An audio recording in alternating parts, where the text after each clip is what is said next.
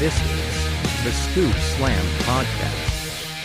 Hello, everybody, and welcome back to another edition of the Scoop Slam Podcast. We're here. We're going to be reviewing some of the past week. We missed last week, but we're back due to some technical difficulties. We weren't able to record, but we're here, and I don't really know how this one's going to go. A lot of news has come out this week.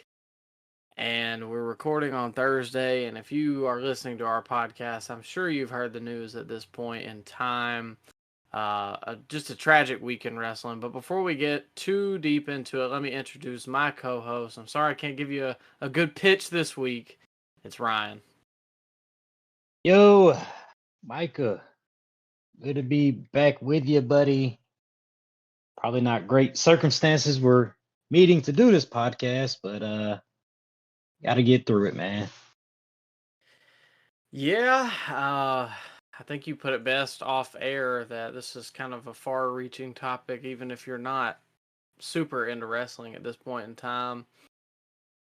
As I previously mentioned, tragic news come out. Hold on. Of course. You got your dog following the buzzards, huh? Yeah, I guess.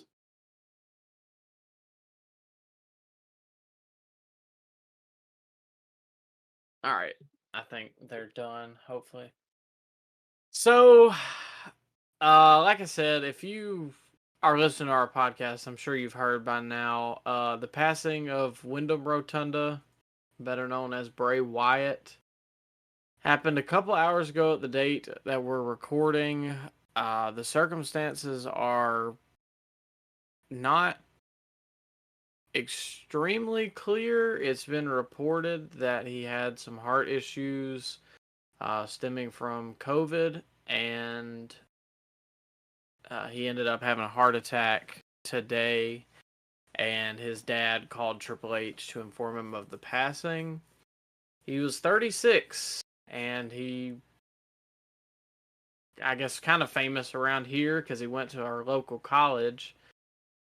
Yeah, this is just, it's crazy. I really don't even know what to say. I told you that as soon as we started talking about it.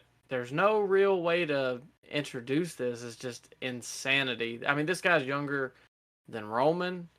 He's younger than Cody, Kenny, the Bucks, Seth, and that was it. And we've heard, for a couple months he was out due to some health issues, but I don't think anybody expected this. Nah, man, it's sad. You see these guys, you welcome these guys into your home every Monday, every Friday, Saturday. You're a collider like we are.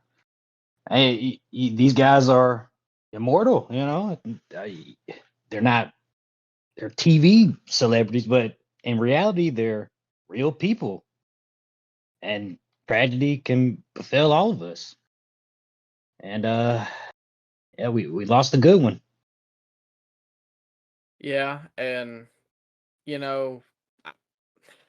I will admit that maybe I've been a little critical of his recent work at times, but as a kid, I was enamored with the Wyatt family. It's still one of my favorite gimmicks of all time, the entire group.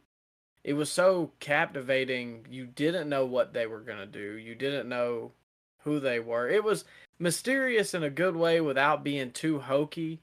I can't speak for much of what happened after maybe like 2015. But that's more your area of expertise. But I'll never forget their debut. Obviously, the theme song is classic. The lantern. It was so unique too, especially the landscape at the time of WWE. There was no over the top gimmicks like that. I mean, we were bone dry. There was nothing out there. I mean, you had some talent on the roster, but nobody was playing a gimmick like Bray Wyatt's, that cult leader, swamp guy, shades of Braylon Mercy. the Hawaiian shirt, the lantern. You were captivated when you saw this guy. He kind of reignited my love for professional wrestling, man. You see this guy, and I mean, you couldn't take your eyes off of him. And he cut the promo. He was one of the best promos of the 2010s when you really look at it. And it's man, it's crazy. It's yeah. And like I said, I miss most of the Fiend stuff. I know some people are high for that. Some people don't really love it. But needless to say, it still got people's attention. Even when I wasn't still watching the product at the time, the Fiend, I still knew of it, and that's saying something. Most people, I think, or Laps fans at least, if you didn't watch during that era, you knew the Fiend, you knew what was going on. And like you said, it was just different. I mean, they had the Shield at that time. I'll never forget their 6-man match. Probably one of my favorite matches as a kid when I was in my peak fandom, I guess.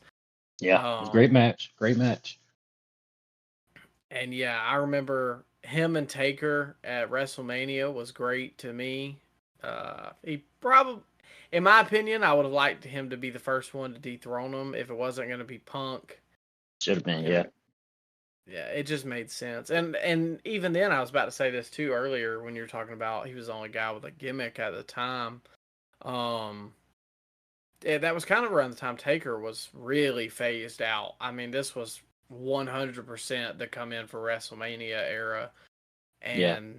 They were rebuilding definitely and during that time. So definitely top 5 promos of the last decade. And you know, came back. You know, Micah, a lot of people online do, throw dirt on the name of the Fiend. But my man had top 3 merch sales during his time as the Fiend. He was a big ratings draw.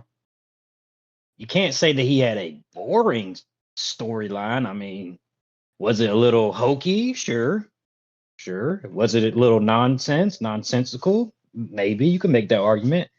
But to say that it wasn't a ratings draw, is just not true at all. I mean, it had its moments, especially the beginning. The beginning was really captivating. The Firefly Funhouse just popping up on the TV show. Yeah, at first when I seen it, I thought it was a Adult Swim sketch comedy. Like, it was just so unique.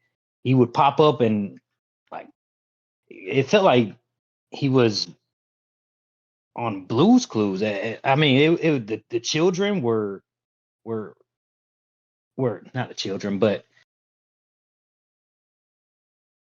dang, Mike, I'm so discombobulated right now, man. I mean, I understand. Yeah, the characters or because are you talking about like I mean, they're not puppets, but the ones that were in costumes and stuff. yeah, and then they had like kids as the live studio audience for the Firefly Funhouse. Did you ever see the Firefly Funhouse? Not the original stuff. Obviously, I watched stuff when he came back, but not the original stuff aside from like the Cena match. It was so unique, man, because you never saw anything like that on a wrestling program, and whether that's good or bad is, up to your own interpretation. But I enjoyed it. Bray was, my top 3 for a very long time. I was sad when they let him go back in 2021. What was that? Was that 2021? Yeah, because that's when me and you started really becoming friends and talking wrestling more. And I think you had transferred to a different store at this time, but I called you when I saw that they released him. I was like, dude, no way. Like, I never would have thought that they would have let him go. And that was crazy enough. And then they bring him back, and it was huge. Like, people were all over it for, the beginning of it. The return was, I mean, you got the what was that? The White Rabbit QR code. That was a big thing last year. A lot of people were talking about it. And then when he finally showed up at Extreme Rules, it was a huge deal. He got one of the biggest reactions of the year. He cut that great promo on SmackDown as himself. And then not even 7, 8 months later, he's gone. Yep.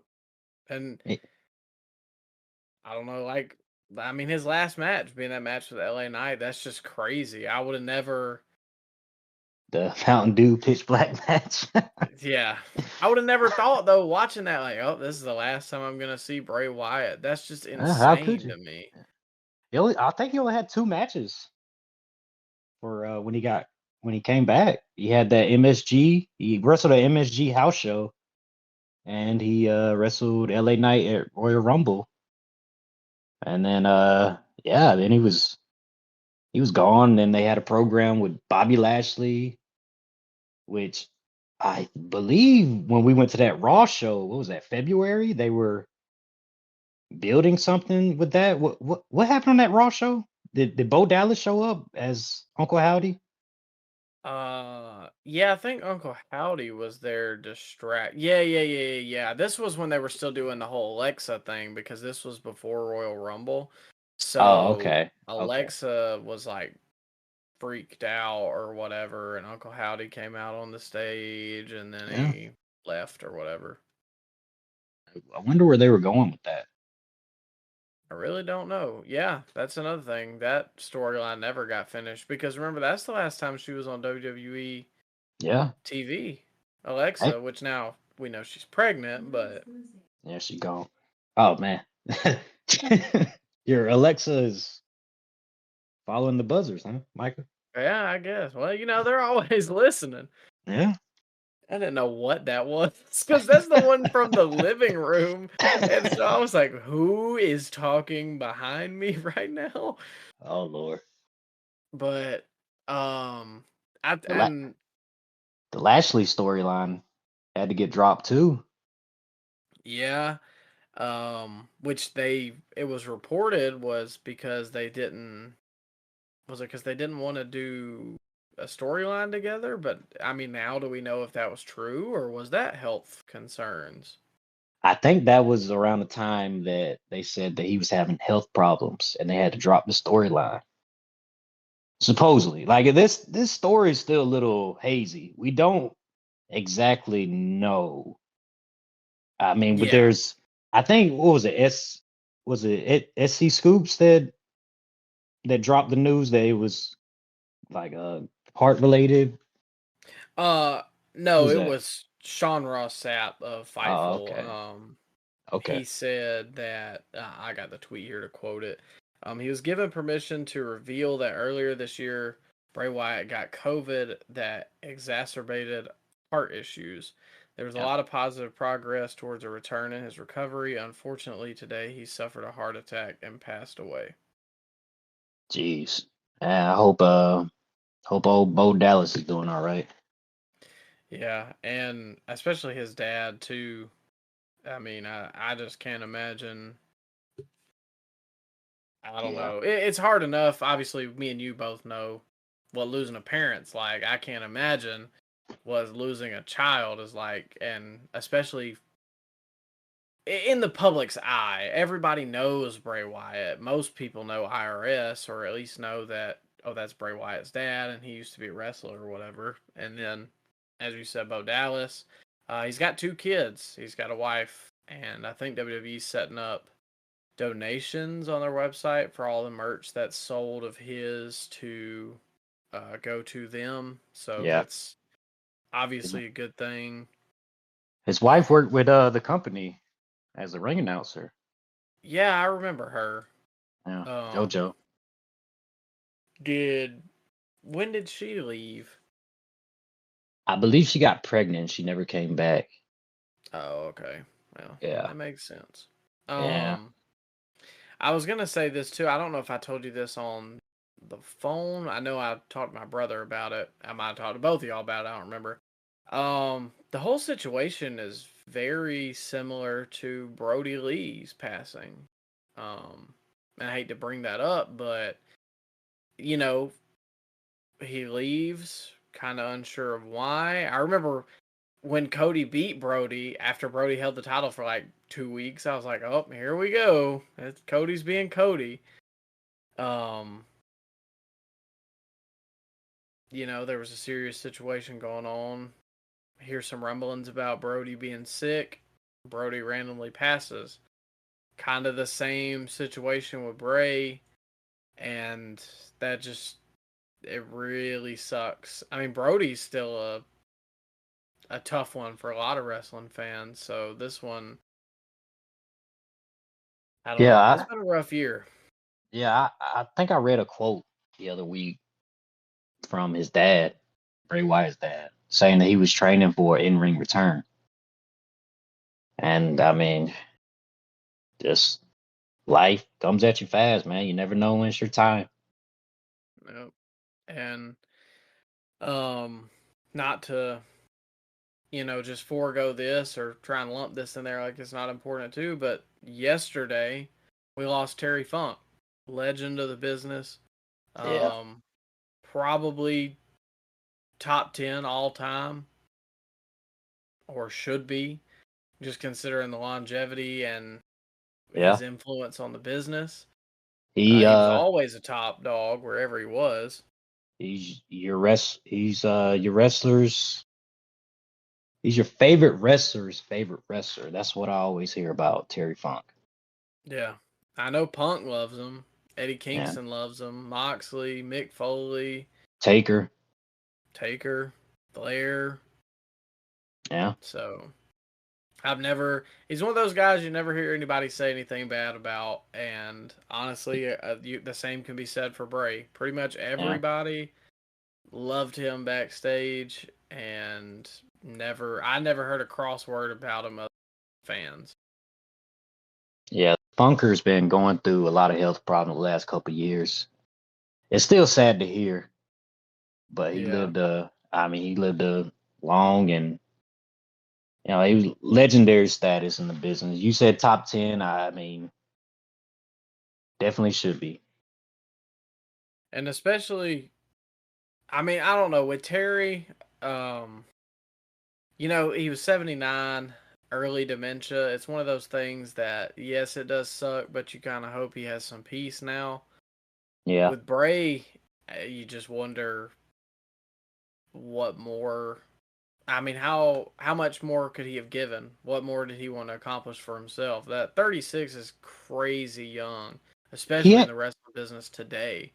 He had a surprisingly long run with the company. I remember seeing him on NXT in 2010, 2011. I believe Cody Rhodes was his pro. When he was Husky Harris. Yeah, when he was Husky Harris, he was what was it, like 22, 23 at the time? It's crazy to think about. He must have been, yeah, or like, he would have had to been 24, maybe. Yeah. And that speaks too to the original Wyatt family gimmick. Man, Do you remember when he debuted? They chanted Husky Harris at him, but nobody was chanting Husky Harris after that. No way, no. And just think all the legends that he got to rub shoulders with when he first got there. Like, he was 26, 27 when he got back as Bray Wyatt, and he was wrestling Kane at SummerSlam. I mean, that's a big deal. It's obvious that they trusted him. And they put him with Undertaker. He had matches with Cena, Randy, yeah. He had a great career. Yeah, that can definitely be said. World champion a couple times. The last Universal Champion. Yeah. I forgot. Well, why not? I thought Roman was Universal Champion. He is, but Roman beat him for it. Oh, yeah, that's true. I didn't think about that. Yeah. And, like you said earlier, say what you want to about The Fiend. It got best gimmick of the year one year, and it got worst gimmick of the year the next year. So, well, I mean, there's something to be said. And I'm probably one of the most interesting storylines last year. It's really cool to see them start delving into some of the tech stuff like they had with the QR codes and the TikToks, and you had to follow this to go to that. And, That was when Triple H first started taking the book too. Very interesting, intriguing storyline right off the bat they did with the Bray Wyatt return. yeah, and it was built up well. And the return was done well too. I think it won my moment of the year last year.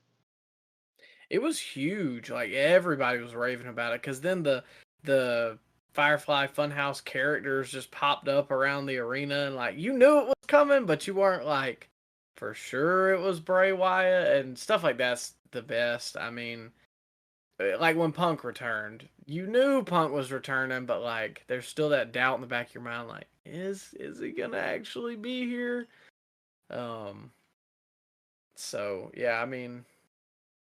It's very tragic. I hope we, did his career a little justice here, reminiscing on some stuff that we enjoyed. Obviously, I'm sure we missed so much. He had a pivotal role in Danielson becoming the star that he did. Yeah, I think Danielson gave Bray his best match.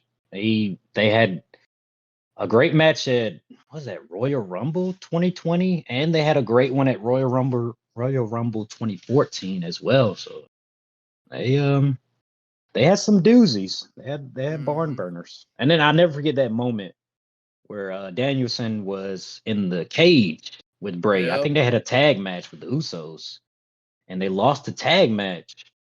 And Bray was mad at Daniel, and Daniel finally stood up to Bray, and it got a monster reaction, like Steve Austin level pop when he turned on Bray, man. Like it was great moment. Great moment. That's the moment I always remember from that. Although, I mean, I guess it just sticks out because of the pop. But yeah, them coming together and Danielson looking real conflicted in the cage, and it was great. And he fit the like bill of a Wyatt family guy. Yeah, he did. He like fit right in with the garbage man suit on. Yeah. But all in all, rest in peace, Bray Wyatt. Go to WWE.com. Like I said, I think they're setting up something for donations for his wife and 2 kids that he leaves behind. Rest in peace, Bray Wyatt. Rest in peace, Terry Funk. Yeah. And, Adrian Street, too, passed away a couple weeks ago. Jay Briscoe at the beginning of the year. It's been rough. Yeah, it's been we lost a lot of good brothers in the last year, man. Well, let's try and switch gears. Obviously, like I said, I don't know how well this episode is gonna go, but we got 2 more rumors to get through. We're not gonna talk about the Punk stuff that happened a couple weeks ago because that just It's outdated. Yeah, it's outdated and it kind of feels like it don't fit with all of what we just talked about, especially. I feel like people gotten over it too. Yeah, and I don't know, some of the stuff that they would drag Bray over the line recently, and then it kind of makes you wonder, like, how much of this, I don't know, like, I guess people were sitting there dogging Bray about, like, I bet he don't have, he just this, and then it turns out something like this happens. It's like, really, how much of what is reported is true? And at the end of the day, like, these are people, I'm not saying that like the Meltzers and the Sean Ross Sapps necessarily like lie about what they hear, but things are hearsay. So I just feel like it don't fit right now with really what's going on in the wrestling world. And who cares that he kicked Dolph Ziggler's brother at the locker room? Who cares? That's true. Who would he ever beat? What matches can you name of Ryan Nemeth? Come on now. Well, yeah, I'm all out of ideas. Yeah. But next up, Edge retired. Oh. Well. Yeah, we'll get to SmackDown a little later. We'll start that off with our weekly review. But Edge, apparently is taking offers, or he may not be at all. So rumors have been coming out ever since that the news that this might be his last match for the WWE in Toronto this past Friday, that he might be AEW bound. He's been countered with a video today on Twitter saying that not everything you hear is true. Let me back that up. A report then came out that they sent him a contract and he countered with something and they weren't willing to give him that. Edge then denied that rumor in a video, said that he still has the WWE contract extension in his inbox. He is just trying to decide if he is hanging it up or if he wants to go out and perform in front of the people again. Oh, God. Obviously, we've kind of heard stuff like this before, but what do you think? Do you think he's headed to AEW or do you think he's hanging them up? I think he signs an extension with WWE. However, I wouldn't be surprised if he did show up at AEW. Bro, I mean, if you think about it, they kind of gave him the best type of send-off on SmackDown. He got to work with the guy that got him back into wrestling when he did that YouTube show with Sheamus. He had video packages all over SmackDown. They were showing his wife and his children on the broadcast. There was an emotional match, and the crowd was hot for. I mean, there's really not much they could have done more for that guy as far as a send-off goes. And he got the win. He got the win too. I remember how they sent off Kurt Angle. I mean, he got beat by Baron Corbin on the undercard of WrestleMania in a very forgetful match. I mean, when you compare that to what they gave Edge on Friday, is night and day. That was probably one of the best send-offs they given anybody. I mean, who does Edge think he is? Turned down the offer from WWE. He's Steve Austin. Oh, come on. It's Edge. Turn it down. Well, so the rumors say that he countered it. Brother, be happy that they're giving you another contract, first of all.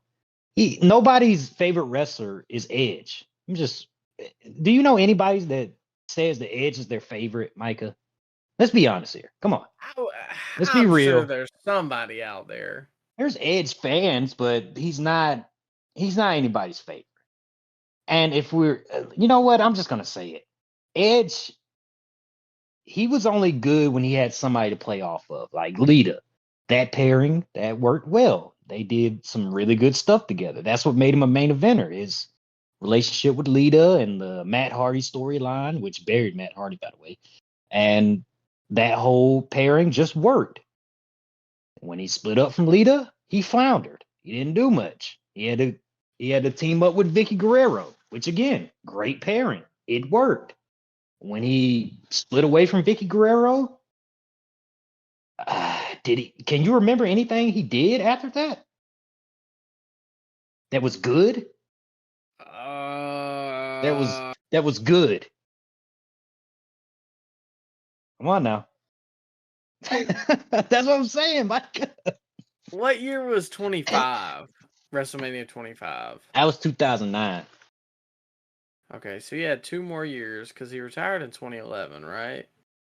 He did, but wasn't that 25? Wasn't that to do with Vicky? Because yes. Because Cena leaked the tape of him banging Alicia Fox or something. Something like that. And Big Show was involved too because him and Vicky had a affair or something. I like that storyline, but after that, what did Edge do? he tore his Achilles, didn't he? And then he came back at the Royal Rumble 2010. You're right, yep. But I don't remember. He faced Del Rio at Mania. That was 27, so that was 2011. He faced Jericho at WrestleMania in 2010. Yes. I do remember liking that as a kid. I know him and Del Rio. Honestly, there's a big blur in his career from WrestleMania 25 to WrestleMania 27. I couldn't tell you anything. It's I for a didn't reason. remember Jericho and Edge. For a reason. It wasn't good. I mean, it probably was okay, but it wasn't memorable. Like Edge is just he just never felt like a upper like a top legendary figure, like a Shawn Michaels, a Undertaker, a John Cena, a Edge. Come on. Come on. I always liked him. But He he was was just one of my second favorites tier. growing up.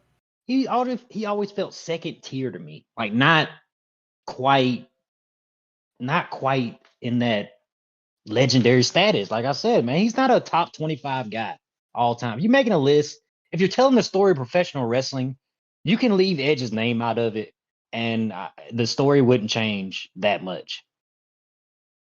I mean, yeah, that's fair, but in all honesty, how many guys could you do that with from the past 20 years? Yeah, okay, got a point. He's one of the bigger stars of the past 20 years. I think if he wasn't tall and blonde, he wouldn't have got the push he got. That's fair. Now, I will say A hot take. That was a hot take. I thought you were gonna push back on that. No, because here's why. For years, my brother, not the one that you know, but my other brother, who like really just he doesn't like wrestling. He just more had to pay attention to it because me and my brother Jacob did. Loved Christian for whatever reason. He was Yes, like, sir. "That's Valid. my guy." Valid. And I saw a tweet today. I wish I knew who posted it. Every time that Christian leaves WWE, you realize, wow, this guy should really be in the main event scene, and he's probably better than Edge. And then when he goes back to WWE, it just never clicks. Like, I remember even when he turned heel in 2011 after Edge retired, or he was a major babyface because Edge retired and he went on that heavyweight championship run. Yeah, he became something didn't work. I think they switched him back babyface too soon. Like, I think he could have. He definitely had more longevity as a heel. But then again, you did have Mark Henry's Hall of Pain at the time, so there really wasn't much room for Christian at the top of the card. But I think his heel run and R-Truth's heel run in 2011 was cut way too short. That's really funny because I saw something from R-Truth's heel run today where he grabbed that pack of cigs in the UK. Oh and my smoked god! that's heat, brother. On PG television, I don't think that's ever been done. I don't think it'll ever be done again. That It ain't was even PG. that was Or I great, don't man. think that's PG. That was great. It was good stuff. And then him and Miz fought John Cena and The Rock Survivor Which Series. I was entertained by that duo too, by the way. Good pairing. Should they be main eventing with The Rock and John Cena? Well, Micah, come on now. Who else we had? Who else we had, Punk. man? But he wasn't a heel. He was a babyface. Okay. Well, Orton. You could have did Jericho what? was there in 2011. Orton was babyface. Well, I don't remember what alignment they were. I just meant they were in the company. They were trying to get newer guys over. I can understand. No, newer. The Miz have been there for like 5 years at this point, and R-Truth have been there for. Well, hold on there, buddy. They were new to the main event scene. They broke out in 2010, 2011. They did. Word for it. Oh, come on. I love Miz, man. But I don't know. For years I was like, nah, Edge is always the best one out of the team. And then you see what Christian's doing right now, and it's like, yeah. I remember these Christian promos. They're good stuff. I remember an Edge promo. Not recently. I think he had some good ones during the pandemic where he could just there was no crowd, and I don't know, they had some underrated promos during that time. But yeah, man. Edge's latest run, what would you rate it? Ooh, sheesh. I know you didn't see much of it, but the stuff you did see. 6.5. I don't See some. know. Most He, of it was very soured once he turned babyface again on the Judgment Day. If they would have kept him with the Judgment Day, I think I would think more highly of it. But it was like they were cooking he's too. I like that. yeah, and he looked good with the short hair and the theme fit and everything worked. And I thought it would have brought Rhea and Damien up. Then they don't do that. They turn him babyface. The feud goes on for a year, Yeah, it went on for a and while. It did turn it, Dom heel though. I mean, yeah, but they could have brought Dom in there with Edge on it. I don't think it's a necessary component. Yeah, it was very short lived that version of Judgment Day. And I don't know. Other than that, it just feels very stop and start. I will You didn't? say I Did you was not enjoy the greatest wrestling match ever with Randy Orton? I wasn't back in at that time. That's what they were promoting. The tagline for the match was the greatest wrestling match ever. I do remember that being said, and I didn't know how they were gonna. They said it every single week. Oh God, Every single time they got an opportunity, they said it just like that. that's because Vince was still in charge, and it was all about the buzzwords. Hey, it was a pretty decent match, man. I'm not gonna dog the match. It was pretty good. I heard positive things. I always heard it wasn't the greatest match of all time, but it was still good. Well, that's what it was billed as, though, Micah. So if you look up greatest wrestling match ever, the Randy Orton Edge match is gonna pop up. Oh God, that's probably why they did it too. Yeah, Honestly, yeah, it makes sense. Yeah, I will say when he won the Rumble and it was him and Danielson and Roman in a match at WrestleMania, I did really enjoy that. That was when I was first coming back. that was a really, really good match, and Roman got put over like a beast during that match when he stacked both of them, two Hall of Famers, pinned them. Like, geez, who's gonna beat this guy right here? And I really thought they were gonna give Edge the title, which I'm I very did too. surprised.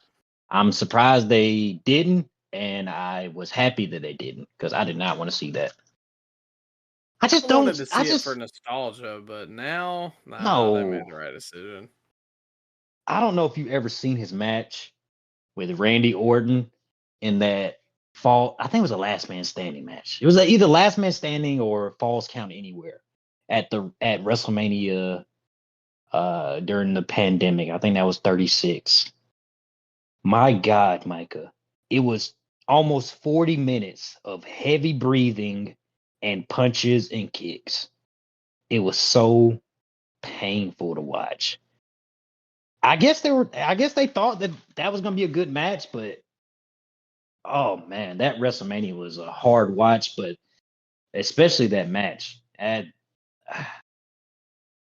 The Firefly Funhouse match and the Boneyard match saved that WrestleMania because if they didn't have those matches, that would have been like just throw that WrestleMania in the trash, never to be seen again. The Boneyard match was kind of heat. Yeah, I liked Some it. people, I like the Firefly Funhouse match too. it was cool. Some people have a weird like niche for pandemic wrestling, like I guess because of how it made them feel at the time with everything that was going on, but Yeah, y'all can keep that. people got the nostalgia glasses on for the pandemic era.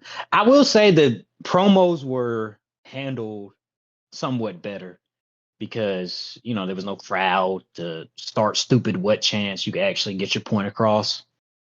We'll say that. I mean, that was noticeably better, but the matches were lifeless because there was no crowd, man. I mean, if there's no crowd, what are we here for? Yeah, that's like half of wrestling. Yeah.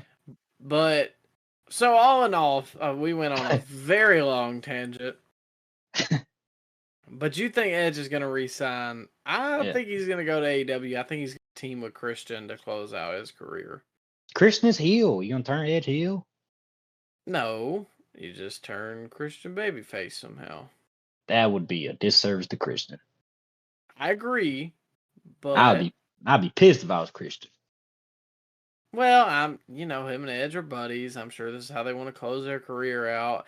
I think that's the only reason Edge is going to too, because Christian's already bound by contract and Edge isn't. Whoa, So. whoa, whoa, whoa, whoa! Christian's contract's coming up. Oh, it is. Yeah, it is indeed.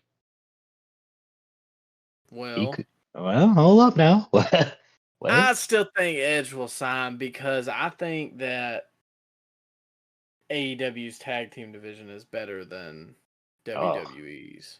Plus, that he's eh. buddies with FTR. Yeah, Yeah, Edge is.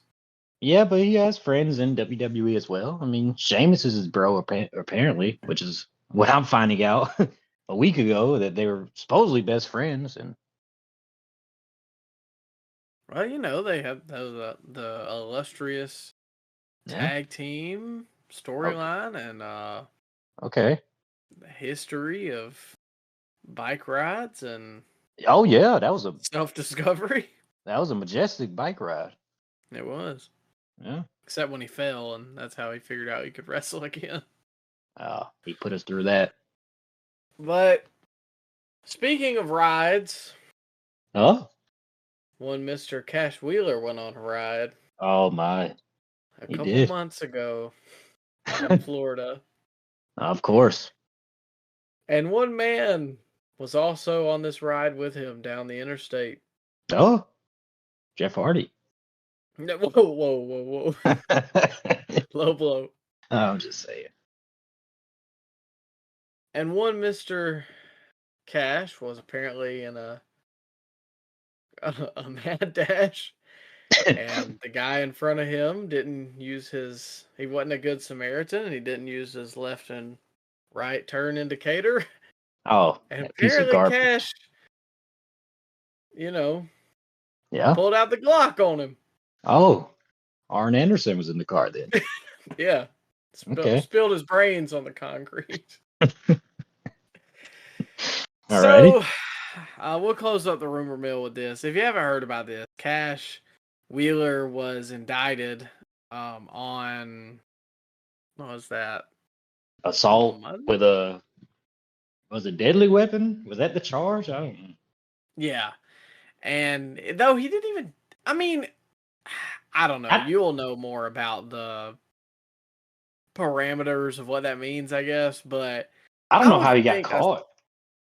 Well, they don't have proof that he pulled the gun. Exactly. What happened? Yeah, I think that's how he's going to get out of it. But the guy went to the police station, reported it. They pulled Cash's tag, then pulled 5 pictures and asked the guy to identify who it was, and he immediately identified Cash.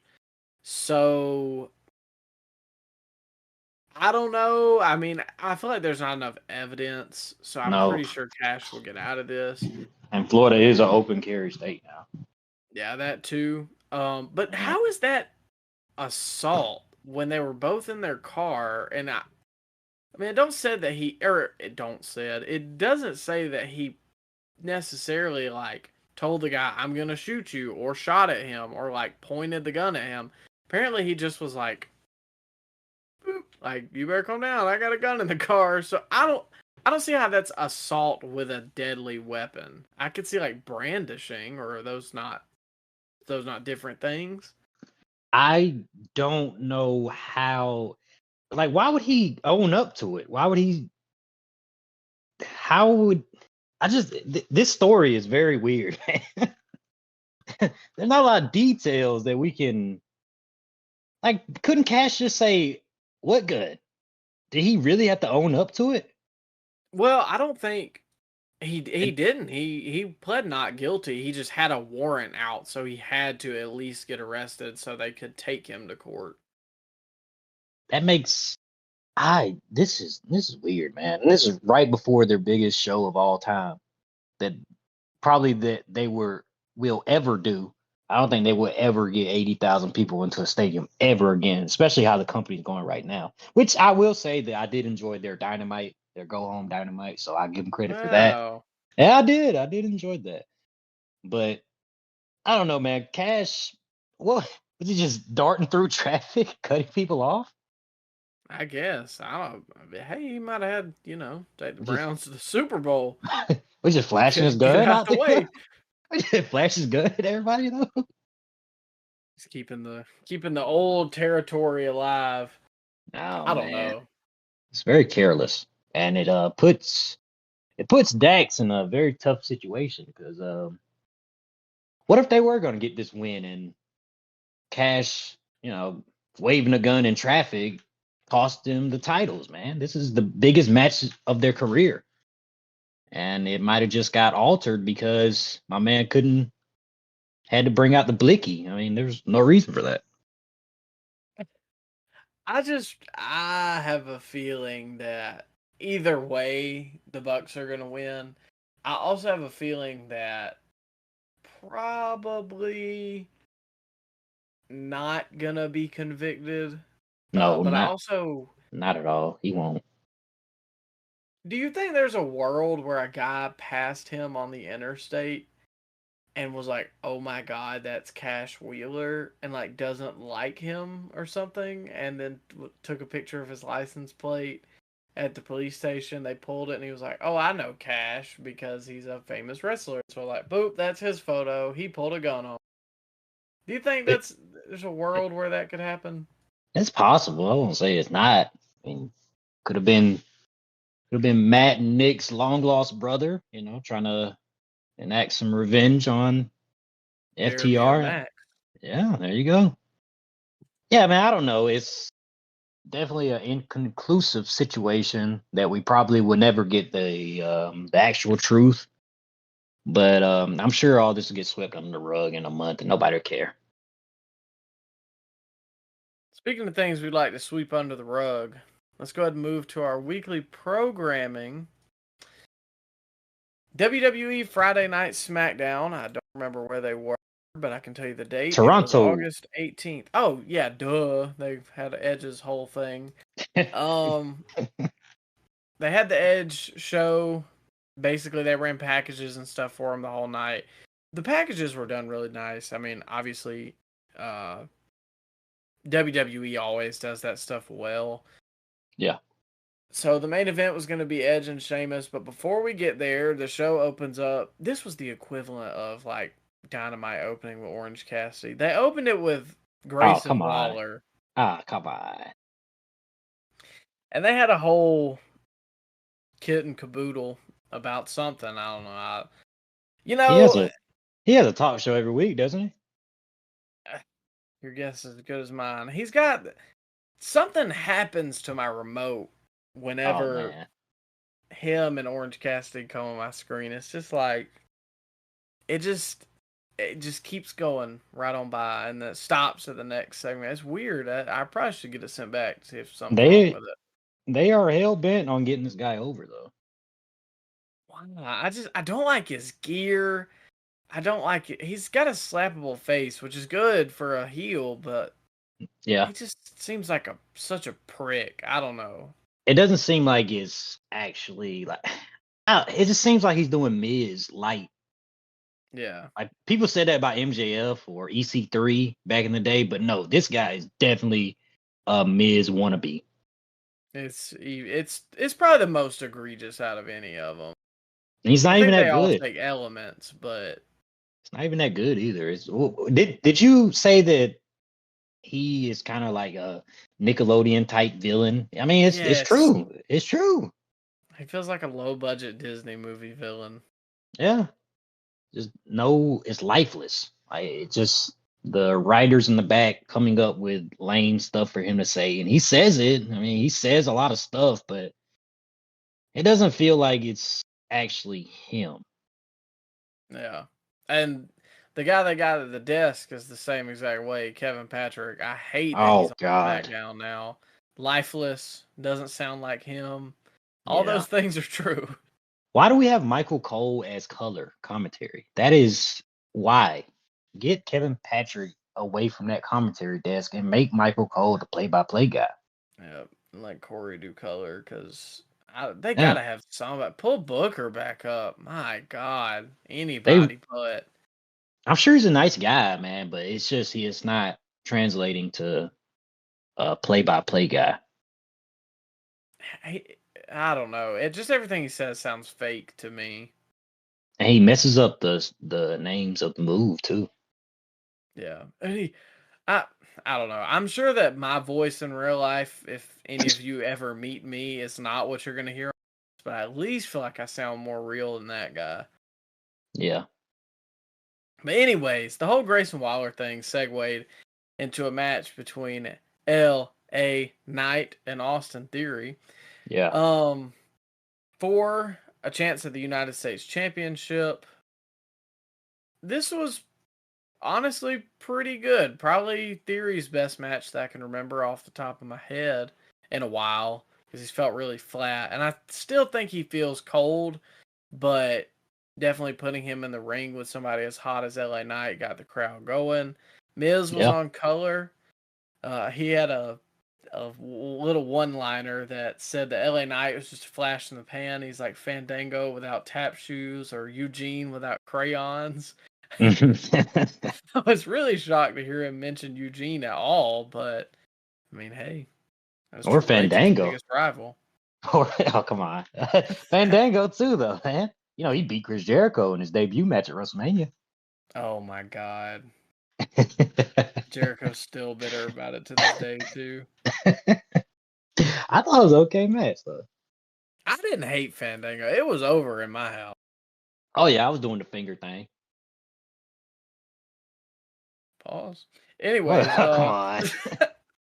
so the Miz tried to interfere on Theory's behalf a little later, and I hate it because I don't want this to become an issue for LA Knight, but it kind of feels like there's something every week. There was a bad botch where he went to clothesline No, Miz. I don't not think it was his bad. fault. It wasn't bad. Oh, come on now. Miz didn't even get up like a quarter of the way of where he was supposed to go. Brother, what Shane McMahon did at WrestleMania, Oh, that God. was a bad bot. But not getting over the top for a clothesline. Come on now. That was a botch, but let's not make it seem like it was catastrophic to the whole, the whole afterbirth there. No, it looked rough. But anyways, as he clotheslines Miz over, Theory rolls him up, grabs the tight, so he gets a cheap win. And Theory gets a shot at the United States Championship against Rey Mysterio. So furthering that story, furthering the LA Knight Miz story, which is kind of funky because they're on two different brands. But screw It's the weird. brand split, I guess. Yeah, it's weird, but I'm not gonna turn down more Miz. I mean, I thought he was great on commentary. He was. This is good. This is probably the most interested I've been in Miz in a while. And the only thing, and I'm fine with LA Knight not getting the win because obviously they screwed him. So if they're gonna do it, that's the way to do it. He's not stone cold. Like he's not impervious to losing, especially since he hadn't been built up as like a Roman-esque. But the crowd was so flat when Theory won. Like it wasn't even like a, oh my God, you piece of crap, you cheated. It was just like a, Oh, ugh. yeah. But they protected LA Knight with the roll up finish. That's true. And with the tights, so like I said, I enjoyed that aspect. They're furthering both stories, so that makes sense. I guess I just felt bad for the crowd. You know what I mean? Yeah, but they got something to cheer for a little later. It was a Yeah. pretty decent match. Probably the best. No, I won't say the best WWE match of the week because I think Raw they had something that was a little better. But yeah, I enjoyed it. LA Knight still over. People were bringing the signs. People were chanting along to the yeah. And him and Miz is heating up the feud. I'm not hating it. I like Miz. I like LA Knight. Their promos that they're cutting against each other is really good. So I'm here for it. I like it. Yeah. A little later on, though, that was a good opening to SmackDown, and then we get to the closing of SmackDown.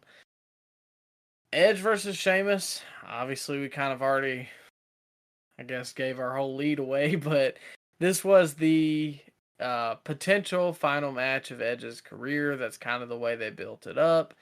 I really expected them to build this up for maybe like a week or two in advance, but Or like put it on SummerSlam. yeah, or I don't know, maybe like re- I figured they would try to pop a rating out of it. maybe they really wanted to. Edge really wanted to have his last match, or potentially his last match, in his hometown. That was his chance right there. Well, that's fine, but I mean, couldn't go 2 weeks. Like, this might be the last time that we see Edge or something. I don't know. They didn't That was even the build it up on Raw because it was like Tuesday when his trainer came out and said, like, yeah, I think this is Edge's last match. And that's when everything snowballed. yeah, all the internet speculation. They never really said, "Hey, this is his last match," but you just kind of assumed because all the all the smoke online. But this is probably one of his best matches since he came back. I was definitely going to say that. And it's funny because we mentioned the one earlier that I put as a reference. Edge ended up picking up the win in front of his hometown crowd. Beth and his kids were in the in the arena front Can I row. say something? Can I say something? Oh, go ahead. Well, they showed Beth a little too much for my liking during this match. Like every move Edge took or gave to Sheamus, they would film Beth. I didn't like that. It distracted me. I think, like, okay, when Roman and Sammy were fighting in Montreal and they had Sammy's wife on there, to me, her reaction seemed a little more genuine. Yeah. With Beth, it was almost like, I don't know how to explain it. It's like sometimes there's this weird thing with wrestlers that, like, they know that they're working, so they get too hokey, and it's like they forget how to act like a real person. You understand what I mean by that? Yeah. And I Yeah, I think get she was playing that up just a little bit too much, but I didn't. I didn't hate it or anything. I know you're not saying that you hated it, but I just it didn't didn't think stand out to me. we didn't need a camera on Beth throughout the whole match. Well, And we didn't need Edge to no sell a superplex either. Did you see that? yeah, I hated yeah. that. I didn't like that. Especially with him being at his, I won't say dilapidated age, but like Oh I don't know, man. he sells more stuff to me now than he used to, and obviously you can look at him and tell he's got some wear and tear on his body. Dang, I Micah don't. just burying old people tonight, huh? No, I'm just saying a Micah superplex. Micah shoots hard on old people, huh? No, you were shooting hard on Edge earlier, saying he's a jabron, somebody Well, I by didn't the say side. well, I'd never said anything about his age. You called him old. I mean, what you got a beef with Edge's age? What do you have against 50-year-olds, Micah? Hold off on the old there, brother. Think I'm Hulk Hogan? Man, I'm not saying that he's old. I'm just saying he's got You gray said, hair. oh man, you called him dilapidated. I said I didn't want to say his dilapidated You age. did. You brought that to my attention, and that's what I equate that you said to him. Jesus, Mike, you hate Ricky Starks. You hate Here we Edge. go. Here we go. I'm just saying, gotta call a spade, Micah. Or are you gonna say I'm sorry? You like to ham it up. Anyways, I didn't like the superplex selling spot myself, but I definitely think this was Edge's best match to me since like WrestleMania 37 with the Roman and Daniel Jeez, Bryan. Well, jeez. do you remember any other matches he had? I'm not saying like do you remember Oh, that he come on. had them, but like do you remember them? Oh man, I was about to name some, but then you had to throw out that last caveat. I thought the Finn Balor match in Hell in a Cell wasn't bad. I thought it was fine. It was brutal. There was a ladder. Somebody got busted open. You didn't like that match? No, it wasn't bad. I think I was so sick of the feud by the time it got there. It was just, That's all fair. right, let's get this over with. But the match itself wasn't bad. I don't know. I just like this. Did he have a? Oh, come on. Did he have any matches after WrestleMania? I don't WrestleMania remember. 37? Or, oh, you talking about like this past year? Yeah. Did he have Well, any? I think he came back and fought Theory for the U.S. title at some point, right? Or was I that don't remember before that. Mania? Nah, that might. I think that was a little after Mania. Yeah. And then he fought Grayson Waller in Madison Square Garden, which Oh Jesus, yeah. I think my finger slipped on that match, and yeah. You got that same remote problem I got. You need to send it off and get it fixed. Yeah, I gotta get a new TV, man. There's it just happens to do that during the Edge match, but I give him his flowers for this. You know, we got a lot of wrestlers talking about giving each other flowers on television this week. We should give Edge his flowers. We're getting there. We're getting there, ladies and gentlemen. I'm ready to But talk about it. overall, I thought nothing crazy on SmackDown. A good ending. The crowd was pretty solid. A good beginning. The middle. Yeah, The Bloodline stuff is kind of. they really didn't do much with it this week. Yeah, I won't say it's at a halt. It's more of just right now they're dragging simmering it a little. Yeah, they're simmering. They're turning the heat down a little bit. That's a good word. Simmering. The Street Simmering with the Profits. Bloodline. The Street Profits had a decent match with the OC, and they're building something with Bobby and the newly heel Street Profits. So I didn't hate that. But if you miss SmackDown, you really don't have to watch much. Just watch the Edge Sheamus match, because that was a pretty good match. But everything else you can pretty much just skip. Yeah, you can just read the results for the rest. And if you like reading, I'd like to announce one of our sponsors here on the Scoop Slam podcast, Audible. If you enjoy reading, I'm sure you like audiobooks. You obviously like listening to our podcast, so they all go hand in hand. We've partnered with Audible to give you a free month of Audible Premium Plus up to 2 free audiobooks. All you have to do is go to the link in the description of this podcast or any of our social media pages. It's on our link tree, and it is the very top link. If you just want to type it into your Chrome, if you want to go ahead and get there on your phone or Safari, whatever browser you prefer, it's linktr.ee/scoopslampod. One more time, that's linktr.ee/scoopslampod. Click the top link, go get you free month of Audible Premium Plus, go get you 2 free audiobooks, and make sure to tell us that you enjoy the audiobooks in one of our social media pages, and we'll be glad that you signed up, and you'll be glad that you signed up. Moving forward, though, it was Saturday night, and it was all right for fighting. But the show wasn't all right. No. I don't want to dog it because I love Collision, but this wasn't my favorite episode. There was a whole lot of nothing on this, man. It was kind of building, but the Bullet Club stayed out there way too long, and without like an actual feud progressing that I care about, because they got one with Kenny, but I don't care about that. I think they need someone to lead them still. I'm still not sold on Jay White. I'm still not seeing it. I will tell you who did impress me on promos from New Japan on Dynamite. Ooh, yeah. Okay. Really, I was like, I think people have been sleeping on this guy and been hyping up Jay White as this guy, but I mean, he's not bad. I think maybe he just needs to cook, and they need something to like actually heat them up, because they had the whole FTR thing, and after that it's kind of simmered, and I don't really care. Again, like I said, for the Kenny stuff, I'm not saying that it's bad. It's just not for me. I would rather see a singles feud with for Kenny.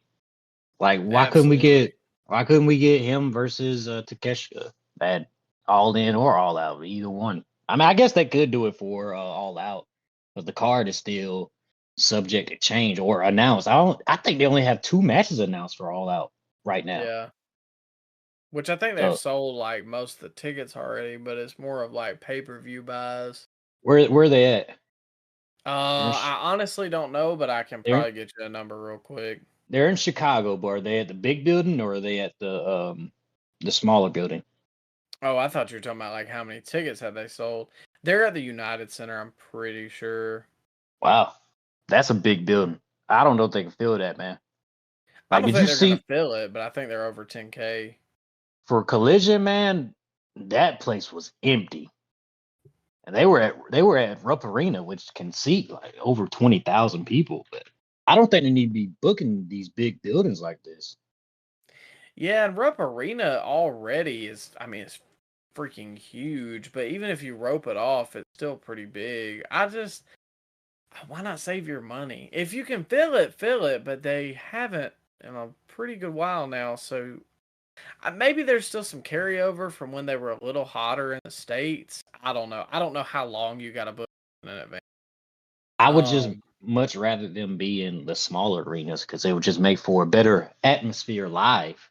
Like it's easier for 3,000 people to light up an arena in a max 4,000 arena seat stadium than when they go to those big arenas like Rupp that seats 23,000 and you only got 2,000 there and they're making noise, just as much as the 3,000 people in the other arena, but you can't hear them because the arena's so big. yeah.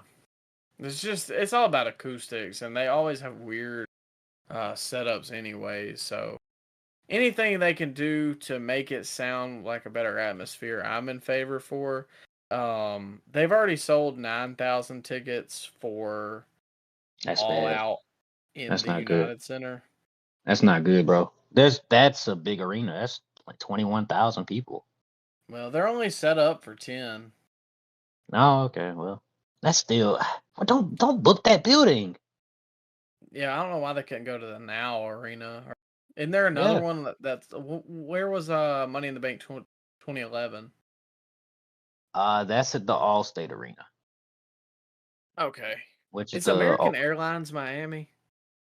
you got the American Airlines Center and you got American Airlines Arena. I believe American Airlines Arena used to be where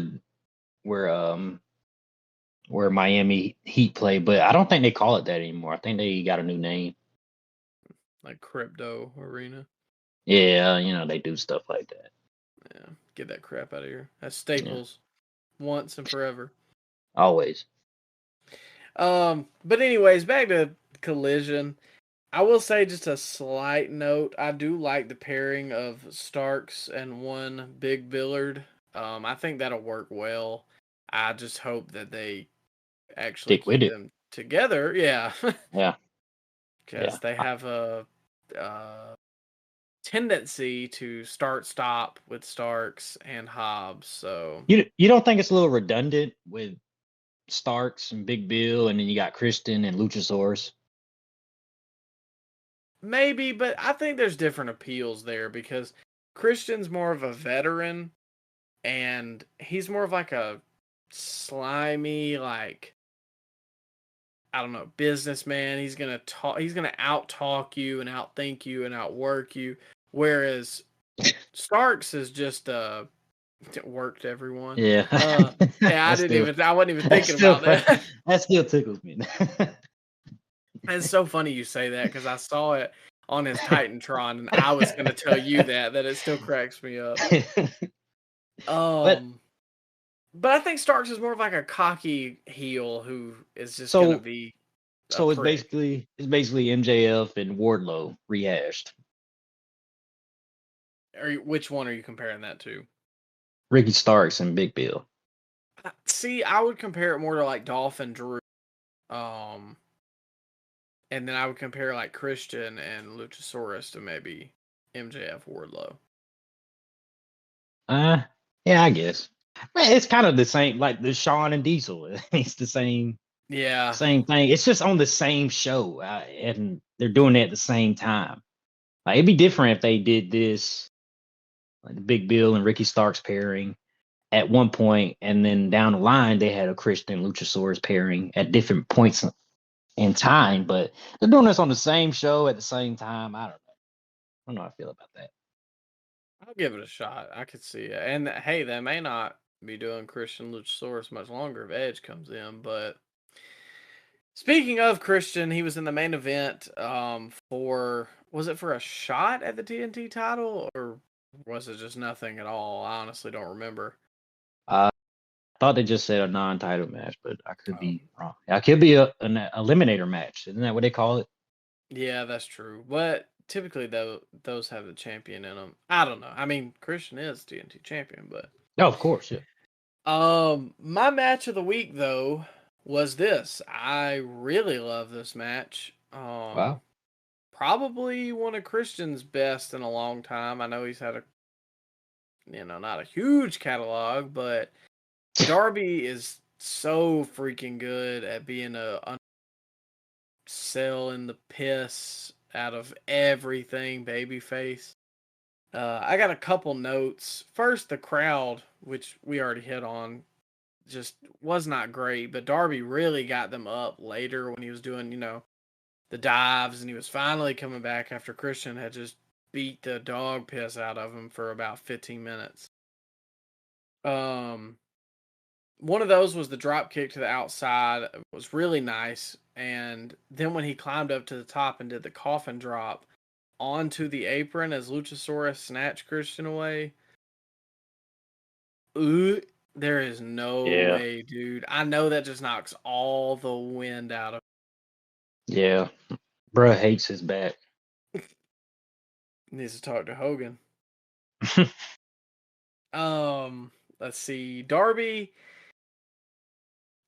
Well, let me try and set the scene here. Okay, so Christian was on the top rope, and he sunset flipped Darby. Darby then lands, rolls over, pops up on his feet, and is just kind of out on his feet. Christian then pulls himself up with the ropes, hits a spear. Darby sells the spear like he just got hit by Goldberg in '98. Just a crazy little sequence that I really loved. I honestly think Darby's probably one of my favorite people to watch in the ring right now. Dang. Because of stuff like that. He's my new Jeff Hardy, man. Like, that's why I love Jeff as a kid, and I can see that in him. So you like guys that take a whooping, Micah? Is that what you saying? Well, I mean, you love Ziggler too, so yeah. I'm about to say I love Ziggler, so I guess you could say that. All right, okay, yeah, I like Darby too, man. In ring, I'm still not sold on his promos yet, but he's definitely better than what he used to be. And it's not completely, he's not Cash Wheeler or nothing out there, but I thought, say stupider on Dynamite though. Oh man. Big fan of Christian, like Darby in ring, pretty good main event. Man, what else can you say? Is it your match of the week, or is yours coming up? I enjoyed the match. I don't know if I put the match of the week. I enjoyed it though. But what do you think about the after birth with Darby and I think it was a little too, you know what I mean? I think Christian should have just taken his loss. Darby should have left through the arena, and they could have kind of ended the show like that, where obviously Darby's hurting, got a quick win. Wait, what happened? I turned it off after the match was over. What happened? Oh man, no, I didn't see it. What happened? So after the match, Tony Schiavone comes in the ring. Okay. And he's talking for a minute, and then Christian just pummels him from behind. And he beat up Schiavone? He beat up Schiavone? Oh, no. Oh, okay. He beat up Darby. I wish he beat up Schiavone. I'm about to say, I missed that. No, he beats up Darby, and then he makes Schiavone count 1, 2, 3, and then announce, and still your TNT champion, Christian Cage. But it just, it kind of felt like it went too long. Yeah. To me, I would have rather had Darby kind of like run through the crowd, like running away from Luchasaurus or whatever. And then you could have that shot of like Christian where he's like, I can't believe I just to this dork, and then you can also have the shot of Darby like he escaped with his life type thing. Christian got to get his heat back. But I don't think Christian loses anything by losing to Darby. Well, I mean, he lost an eliminator match, Micah. That's a big deal. Now Darby's probably going to be the number one contender and face Chris. You know, I can see why Christian would want his heat back. Yeah, he just put over the kid. I beat him up. Get your heat back, man. Nothing wrong with that. I don't know. I just, I think it could have been without it. Yeah. I don't think Christian. If it was Ricky, okay.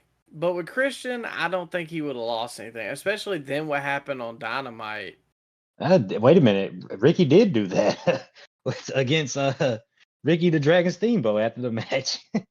Exactly. I was more of a fan of that because Ricky needs Okay. his heat back. Okay. You see my point. We can agree to disagree, but Yeah, we can throw out this whole collision though. it wasn't my favorite. I can't defend this one. I've defended the other ones, and I did like seeing Dalton Castle. I do want to shout out. I wish they would keep him on the main roster or rotation with Collision. But yeah, I don't know. It just didn't. I think a lot of it was Punk not having a pivotal role, and then if Punk's not gonna have a pivotal role, FTR needs to. Wait, They hold weren't up even now. there. The Golden Vampire did have a pivotal role. Well, I liked that, but it was like 5 minutes. That's why I didn't even put it on the sheet because I was like, it was cool, but we just hit the high spot. Oh yeah. Call us the elite. Anyways, we'll move on. Monday Night Raw from this past week had two major things. Kind of sad for a 3-hour program, but what I'm assuming is your match of the for the Intercontinental Championship, the Ring General Gunther versus the wildly popular Chad Gable all of a sudden. Really good match. Probably the best match on Raw that I've seen in a good while. And it's kind of funny. That's kind of how this whole week was best match of Edge's in a while. Best match of Christian's in a while. Best match of Raw, because Raw never has good matches. But well, they have good matches. It's just always on commercials, so we don't see them. Yeah. Oh, trust me, this one. When I was skimming through on Hulu, I was like, "Do I start the match here? No, I can tell where the ad break is, and it's 1:30 to the ad break. Okay, we're gonna start it after the ad break." Yeah.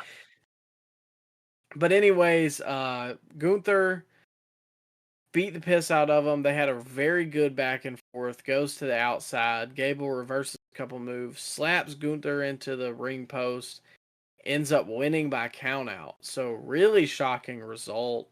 Really good match. Honestly, in my opinion, one of Gunther's best matches. And not that he's a bad match, just this one stands out to me more than the Drew match at SummerSlam as well. Yeah. So all in they all, got some great chemistry. They got some great chemistry together, man. I would definitely enjoy maybe an Iron Man match with these guys. Or two out of 3 falls, maybe. They got to run it back. And I don't know if I said this on the pod or we were just talking on the phone, but I think the guy that beat Gunther is Chad Gable. He's got the reaction. He's got the in-ring work. He's got a gimmick, whether you like it or not. I mean, some people like it. Some people don't. A lot of people online don't like it, but then when you hear the live reactions, it sounds over to me. But yeah, man, him and Chad Gable and Gunther have some really, really great chemistry. And if Chad can take this title off Gunther, I don't think I would hate it. My only thing, I don't think I would hate it. My only thing is, could you see Chad Gable being a world champion? I could. However, not doing the shoes thing. I don't see it that way. I can see him being a heel kind of like a Kurt Angle type heel in the early 2000s. Kind of goofy at times, but he could get serious and he could go in the ring and he could hang with main event guys. And he is legitimate because he is an Olympic wrestler. I mean, a lot of people don't talk about that, but my man did. He was at the 2008 Olympic Games. I mean, not a lot of Olympic wrestlers have been in WWE. You got him, and you got the jabroni from NXT. What's his name? Gable Steveson. Yeah, and Kurt Angle. So that's the list right there of all the Olympic wrestlers in WWE history. And I can see him being a world champion down, especially with they got 2 world titles now, Micah. You can't see him winning one of those. I think it's the size. Like he's built. Don't get me wrong. He's just kind of small. Like he's About Dolph size. Nah, I think Dolph's bigger than him, or at least he looks bigger. Maybe a little taller, but I mean they're similar build. Yeah, that's what I'm talking about. I'm talking about height, not like width. Oh yeah, he is about 5'8". But I mean, you always talk about Carmelo Hayes in NXT. Carmelo Hayes is almost as short. I think he is shorter than Chad Gable. I mean, I guess you got a point there, but he feels like a bigger personality to me. Carmelo does. But at the same time, honestly, I was going to say this earlier, completely forgot about it, but the way that Darby has momentum right now and can get the people behind him, I could honestly see him being world champion at some point in time. And you couldn't see Gable doing that same thing. He's about similar build. I think he's actually more jacked than Darby, but they're similar height. Yeah. Oh, he's definitely more jacked than Darby, but that don't necessarily. And he's he's legitimate though, Micah. I mean, he's an Olympic wrestler. He can tie up pretty much 90% of the roster.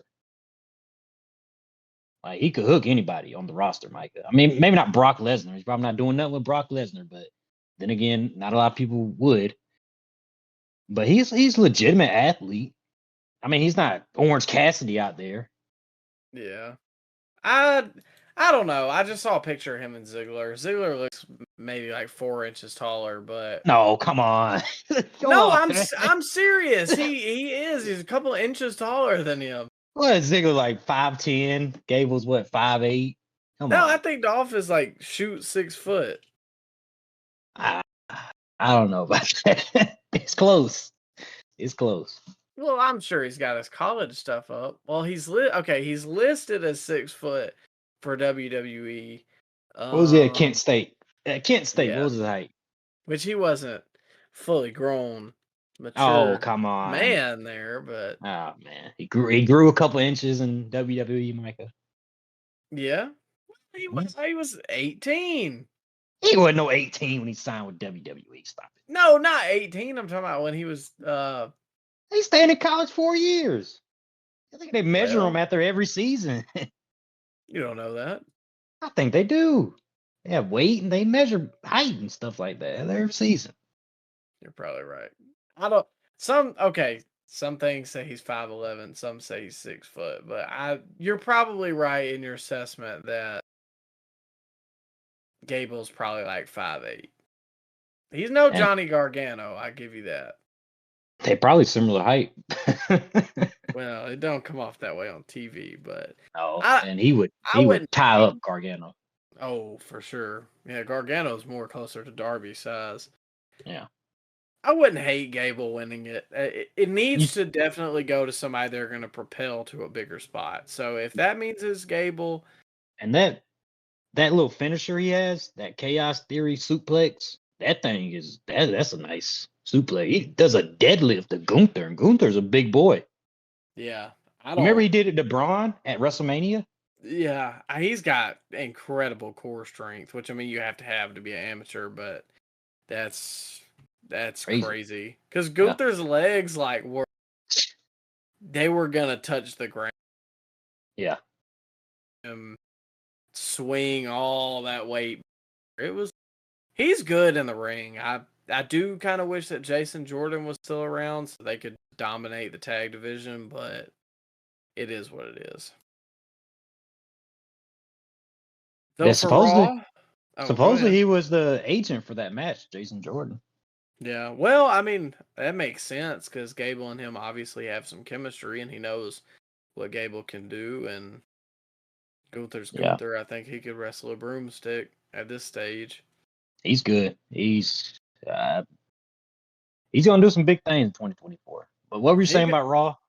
Oh, I was just gonna move on to the Shinsuke promo. That was a little later. Oh, okay. Raw rolls on. It does very slowly, unless you watch the hour and a half Hulu version. But Seth Rollins and Shinsuke have had a little back and forth thing going on. Mm, Shinsuke had a surprisingly good backstage. I won't say promo, pre-tape, probably the better yeah, word. yeah. Uh, in Japanese with subtitles, and he said that what he whispered to Seth a couple weeks ago was, "I know about your back." Apparently, Seth has been dealing with a back for a couple years, Mm. and he's wrestling through it. Who told him? How'd he know? Well, he's a martial artist.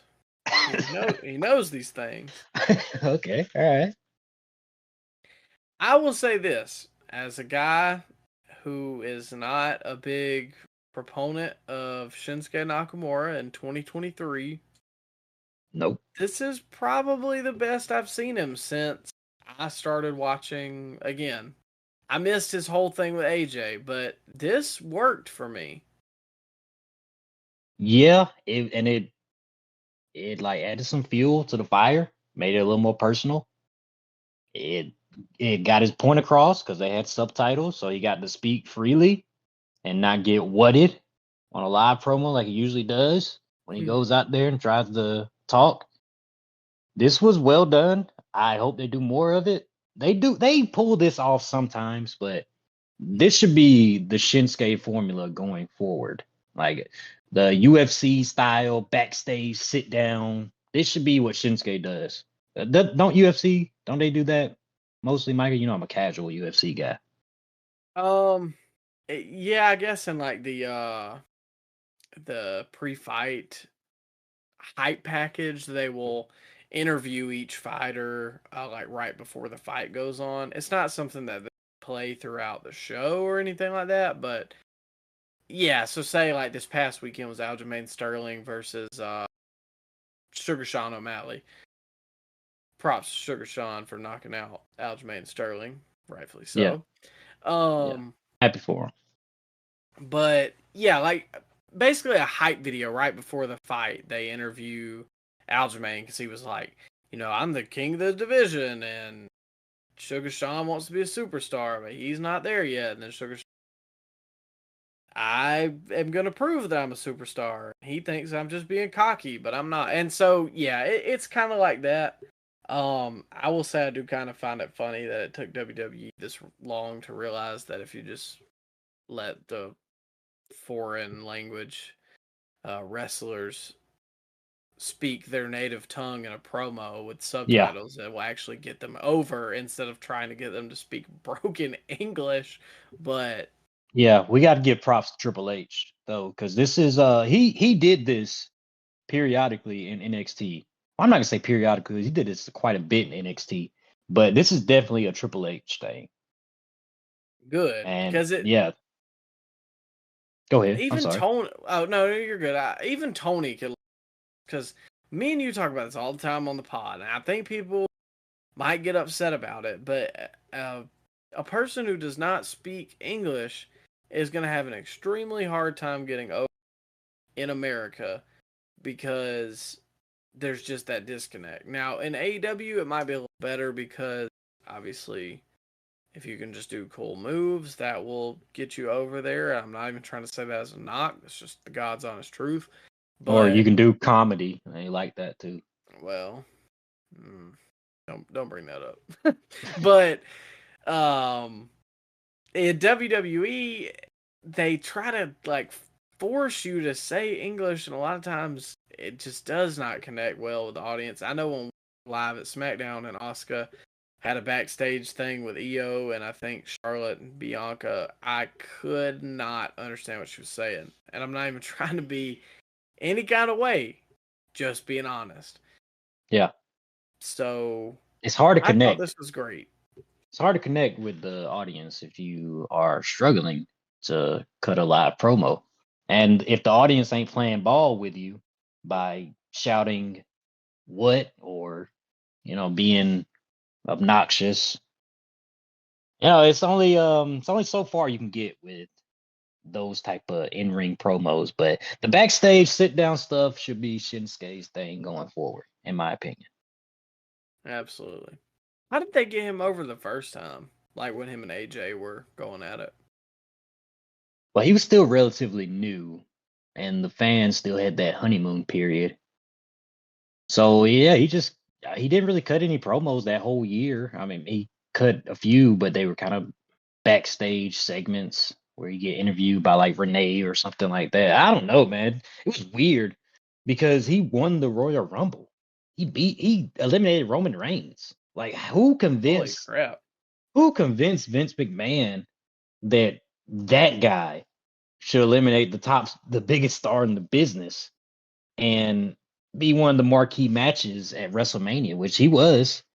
Him and AJ had a very lackluster WrestleMania match, which ended in a heel turn by Shinsuke when he low blowed AJ. And then they had a bunch of more lackluster matches in the months follow. So, and then after that, he just kind of floundered. He did some mid card stuff, uh, Intercontinental title runs, U.S. title runs, and I think Sami Zayn was his manager for a little while during the pandemic, which was even more weird because Sammy just stopped wrestling. He was just a manager and thought they were underutilizing him.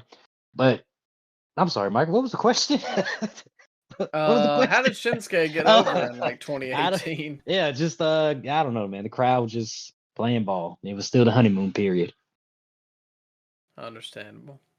Yeah. Well, it's not the honeymoon period for AEW Dynamite, and they've been Oh, subject to lots of criticism here on the podcast. However, well, this is probably one of my favorite episodes of Dynamite in a while.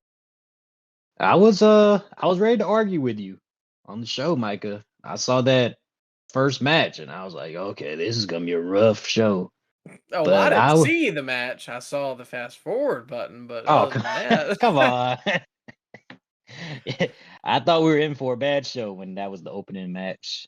But yeah, you want to start us off, Micah? I will do the honors. As you do. John Moxley faced Ray Phoenix, and I'm not gonna sit here and lie and say that I paid a whole lot of attention to that, as Nope. I was dozing last night. Okay. But the aftermath is what really kind of woke me up. So as the Blackpool Combat Club are pummeling Ray Phoenix, Eddie Kingston and Penta run down to help. Well, run down. Well, we had Alex too. Oh yeah, and Alex, and they were they were at a speed. I won't say it was a fast speed. It was a speed. Yeah, what was up with that? They were in no hurry to. He had a crowbar pointed at his head, didn't he? Yeah, like they were choking Phoenix out. I don't know, man. It was weird. This wasn't my favorite thing of the night, but so Ortiz, I don't know if he walked out there with him, but all of a sudden he just appeared in front of him, like, stop. Yeah, I didn't know who it was at first. He like Bruno Mars. Come on, Pharrell man. with that hat. Come on now. Bruno Mars made it running. Come on. Can you imagine? I wouldn't hate it. Hey, I wouldn't hate it. Or Pharrell. It might seem crazy what I'm about to say. Come on now. Hey man, Rick Ross had a pretty memorable cameo. Oh, God. That's a big one. Anyways, Bruno Mars stepped out in front of Eddie and Penta, and then some music came on, and Taz did his best. Whoa, who is that? Even though it flashed the name on Titantron, but that's all right. I give this pass. Santana appeared, and he powdered Eddie Kingston and Penta, which I was flabbergasted by because I thought that they were in cahoots with Eddie, right? I thought so, but on commentary they were explaining it as, oh, the last time we seen Ortiz and Santana together, they were teaming with the Blackpool Combat Club in the Blood and Guts match. And I was like, oh yeah, okay, yeah, they did. See, I forgot about that because I thought they were with Jericho at that point. But They split off, remember? yeah. But do you remember why they were in the Blood and Guts match fighting with the BCC? What? Huh? Yeah, of course I remember. It was the appreciators were appreciating at that point, and those guys, Santana and Ortiz, were not appreciative of Jericho. I don't remember, man. I don't remember. I don't know. No, You tell me. I mean, you're on the right track. Okay. They were fighting with Eddie. Eddie didn't like the Blackpool Combat Club. So they were only there because of Eddie. So why does it make sense for them to beat up Eddie and join the Blackpool Combat Club? Well, did they ever beat up Eddie? I think they just beat up Phoenix and Penta, right? No, they didn't really touch Eddie. They clotheslined him in the back of the head. Or Santana did. Oh, Santana just don't like him. Well, apparently they don't like Ortiz either, but that's besides the point. That's good to see they're back together. Yeah, I mean, they're a good tag team. They add to the tag division. Just keep them better trios. They're better together than they are apart, I must say, though. That's true. I think Santana wants to be a main eventer, but I think he's got a ways to go. And yeah, there's really no spot for him. Yeah, especially not in AEW. Maybe in like an Impact or something. Not with a name like Santana. I mean, what's his first name? That his first name, Santana? Okay, all right. What's his last name? Maybe he needs like a tagline, like Big Bill. I mean, so we get medium sized Santana. Medium Santana. Mid Santana. Oh, come on now. He ain't bad. I do feel like it's been seen him, but yeah, I don't know. It just was weird, and then all of a sudden the best friends walk out. Whoa! We didn't even talk about the best part where Phoenix got hit in the head with a crowbar. Oh, honestly, there were so many moving parts. I don't even that. Bro, he clocked him with the crowbar, and then the ambulance came in to scoop him up off the canvas. You don't remember that? I remember them taking him off the canvas. I just didn't see him get hit with the crowbar. Bro, he should be dead because, I mean, crowbar is a freaking crowbar, man. No. Apparently, to my wife, I'm just so wrong about what blunt instruments are, and getting stabbed in the head with a screwdriver with a running start would not kill you. Or a crowbar. Oh, man. He should, at least they stretched him off and he got an ambulance, but I don't know. It was very violent. Yeah. But then what really got me about that, too, is as they're about to clock him with the crowbar, the best friends come down and they don't run. No, they walk. Yeah, they just walk to the ring. A brisk walk, a power walk to the ring. Yeah, what I said earlier, a speed. I won't say a fast speed, but they walk at a speed. No, but Micah. So after the BCC gets out the ring, they just stand there, like they're just outside. Why can't they just get? Is there like an imaginary barrier over the ring? Why can't they just jump over the ropes and start beating up the Blackpool Combat Club? Well, Eddie is a wizard. He beat Jericho and got his wizard powers, so he put a hex on the ring so they couldn't get out there. But don't you see, Micah, if somebody was beating up your friend and they clocked them with a crowbar and they're literally 10 feet away from you and they're just staring at you, wouldn't you try to do something about that? Well, I he was getting. Completely agree with you. It's not like Phoenix was just in the ring alone. I mean, he was getting medical attention, so they could have just left him there with the people they're about to scoop him up off the canvas and take him to the hospital. They could have left him with them and start beating up the Blackpool Combat Club, right? You would think. Guess not. You know these people don't think it through that much. They should just hop the barricade, man. Just left town. I don't know. Just kind of felt weird that they were just standing there. Moxley probably thought it was dope to stand there. But though I promise I know we just dug into AEW, but after this is where the show really picked up. Yeah. The Jericho Will Ospreay contract. Oh boy. I wasn't sure how I was gonna feel about it because, as we know, Jericho favorite on the pod. No, but we have mentioned that when Jericho is serious, he's good. We did mention that. That's true, and I think he is taking this serious because he knows that this will probably have the most eyeballs on it. And it sounded like he was sick and tired of people online. Sorry, Hannah was like, I need to cough. And I was like, well, cough. All right. Anyways, yeah, I think some of it, I was thinking that same thing with like, I think he's taking a little pot shots at like kind of what people have criticized him for, like zapping all the goodwill out of the new hot star. I think he does, but you know, I will say this, and I talked about it earlier in Collision.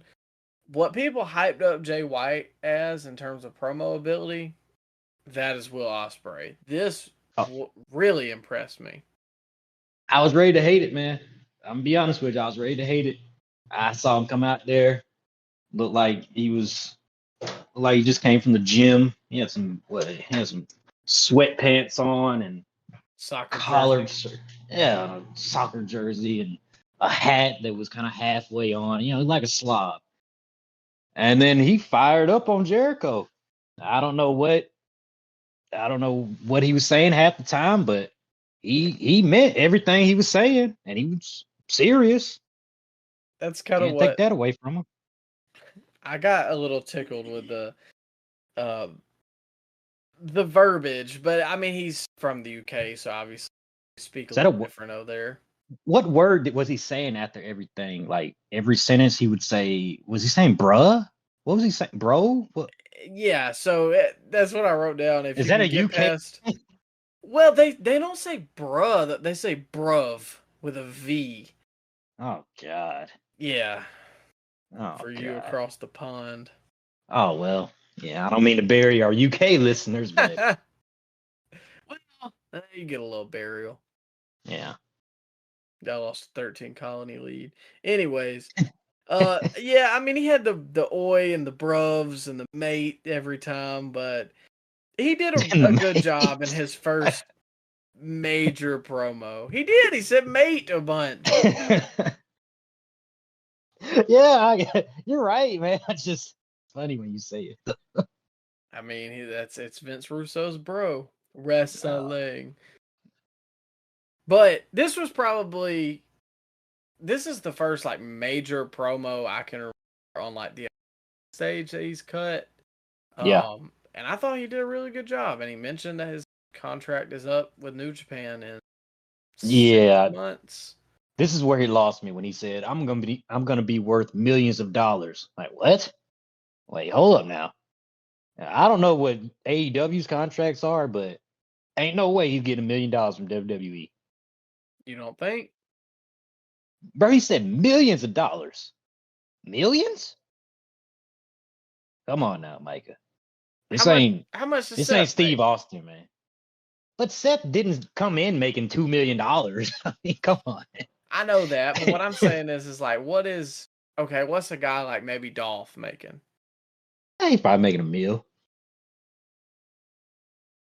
Okay, well, Dolph might be a bad example because he's got tenure. Yeah. But I mean, I don't know. You think a guy like Shinsuke came in making millions of dollars in WWE? No. No way. No. I mean, probably not, but it's a different landscape. WWE's got more money than they ever had. Plus, they definitely probably don't want him going to AEW. Why? Is he gonna move the needle for AEW? I like the promo he cut, Micah, but come on now. We're crowning this man the next Rock when he's not there. He's not that level, man. He's not gonna be worth millions of dollars. Let's just say that. Well, okay.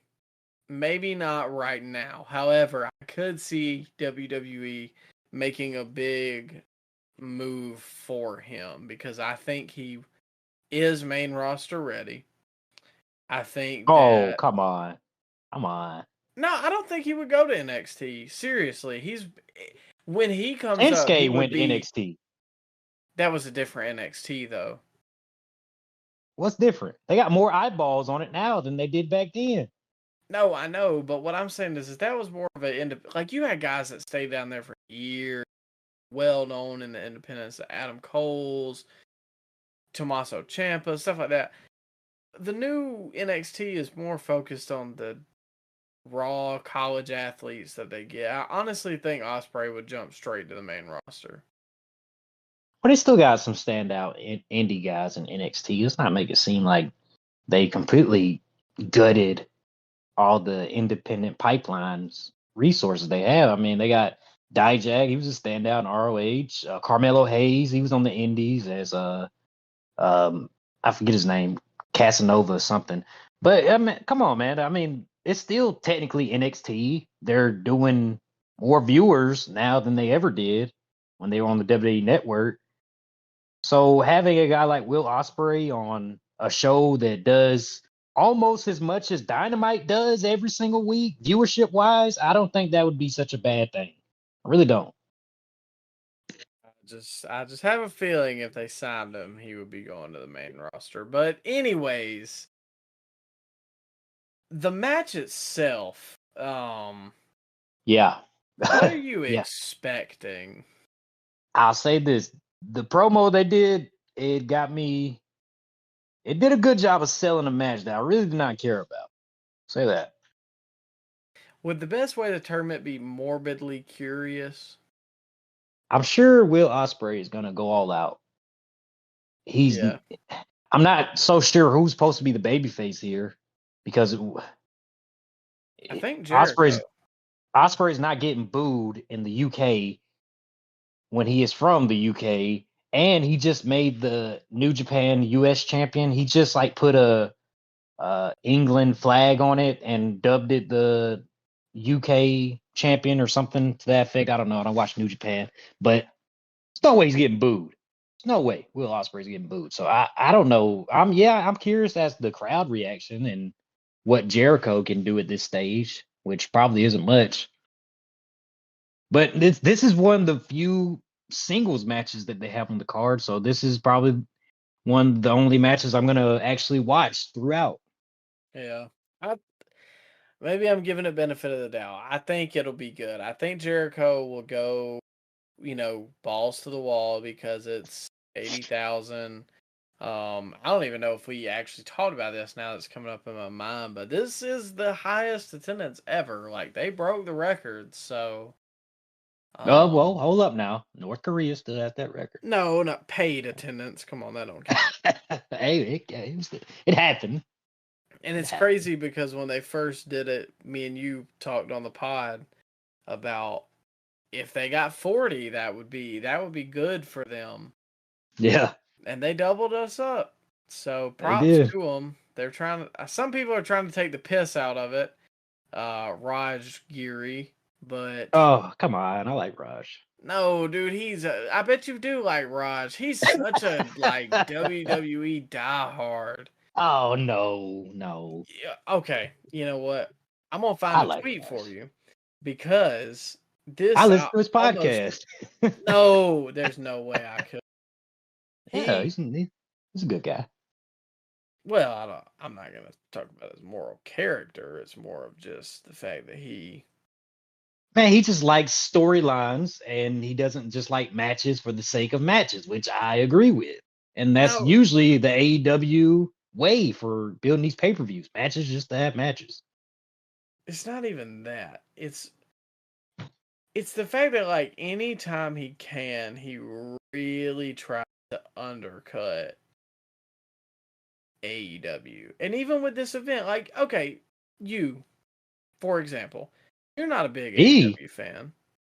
yeah, of course. Well, not an AEW hater by any means, Micah. I'm unbiased on this podcast. Sure. But you will give them credit when credit is due.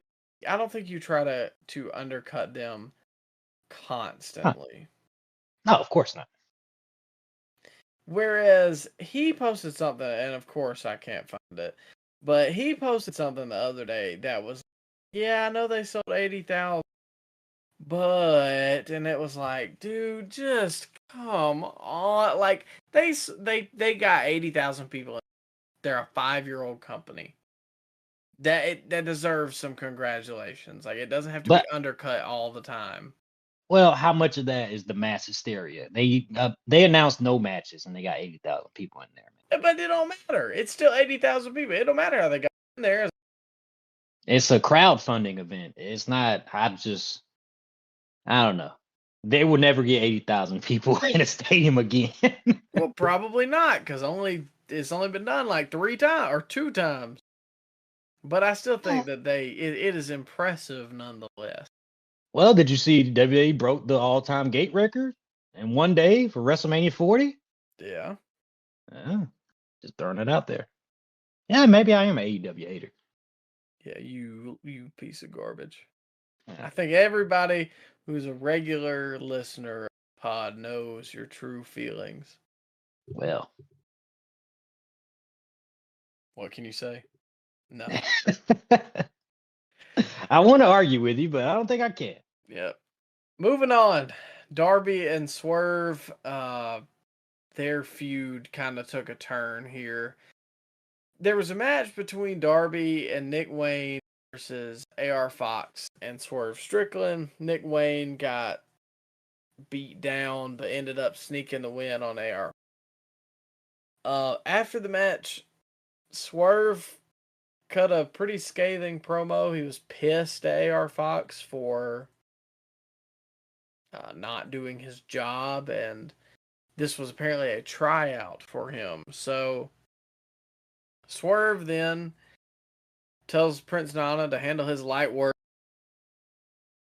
Nana tells AR Fox that he's fired. Brian Cage comes in and absolutely murders this man. And then Darby and Nick Wayne run out. And Swerve kind of, they do the old switcheroo. Swerve's going up the entrance. Darby and Nick Wayne. Darby grabs a mic and says, "You always believed in me."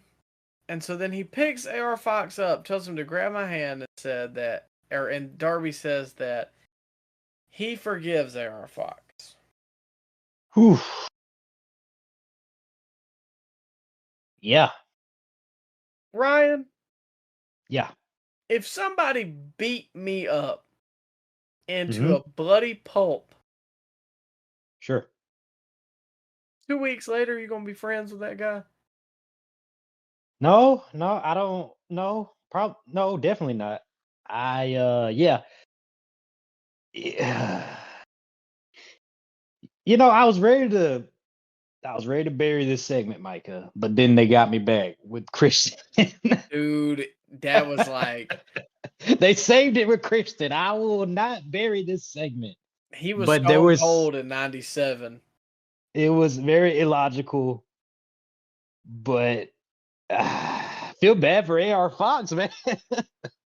Yeah. I hope that this was the plan all along, and they, hey, brother, you're not going to the Wembley like a week before the show, because I'd be pissed. Dang, man. But hopefully this was all figured out. So yeah, now he's not in the coffin match, obviously, and the whole pairing feels kind of weird. Wait, which one? You talking AR about Christian? No. Just AR Fox and Swerve, like they just hooked Oh up well, like 3 weeks ago, and now they're yeah, not anymore. yeah. He turned heel and he turned back babyface within 3 weeks, man. He did something very despicable as a heel, and Darby was willing to forgive him because of friendship, and Nick Wayne was able to forgive him because of friendship, I guess. And hey, man, hey, Nick Wayne's mom, hey, Oh my God! hey, man, I'm just saying, hear me out, hear me Don't let out. Christian see her. But speaking of the savior of this segment, once again, he's all over our program. Um, Christian then comes out as Swerve's new partner for this coffin match, and he just knocked it out of the park. Nick Wayne, Oh man, I heard you got a dad.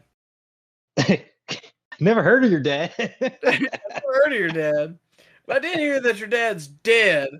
The whole crowd just lit up. It was so great. Christian cooked him, said that he wants him to be there for the coffin match or something. What? How did he phrase it? Something along the lines of you'll get to see another one of your loved ones in a coffin on Sunday. Talking about Darby. Yeah, Dude, yeah, it was scathing heel promo, and it was so great. It was the best part of the show too. Christian, best part of my week. yeah. Christian was the MVP of this week, man. That was a great promo that he cut. He saved the segment because I was ready to cook it, Micah. I Like, know. hey, what AR Fox, man? Maybe he'll be in their corner, but that's just a terrible way to go out. A Yeah. marquee match on the supposedly biggest pay-per-view of all time, and you get cut from the card within 5 days of the card happening. That sucks. Which I will say, SRS reported something saying that he hasn't worked a match outside of the country since 2016. So he may have some kind of visa issue that's not confirmed, but uh Doesn't Phoenix have the same issue right now? yeah, that was Phoenix's issue for sure. But That's I'm why just they. saying, Fox may have never even been scheduled. That's crazy that they even advertised it though. If they weren't gonna follow through with it, but like they say on every wrestling card subject to change. Yep. And honestly, while I do like AR Fox, I think this match gets a lot more intriguing with Christian Oh, in it. definitely, definitely. I don't like that. What was that little ski mask thing he was wearing? I don't like that. Yeah, it's not my favorite. It kind of takes away from like the Yeah, image of or the persona. You know what I mean? Like, can you imagine if yeah, Hogan wore a mask? I don't know. yeah. Looks stupid. Yeah. And Swerve need to hit the gym too. I don't know what's going on there. No, I think he's bulking. He looks a lot bigger than he did. I think because he posted something the other day, like he was he's trying to bulk up. Just like he has a beer belly now, man. I don't know about Vulcan. Well, give him a little. Let him get a cut. Let him get a cut. Well, he has Brian Cage in his group, man. It's time to, hit the Well, gym with him. Hit the good gym with him. God.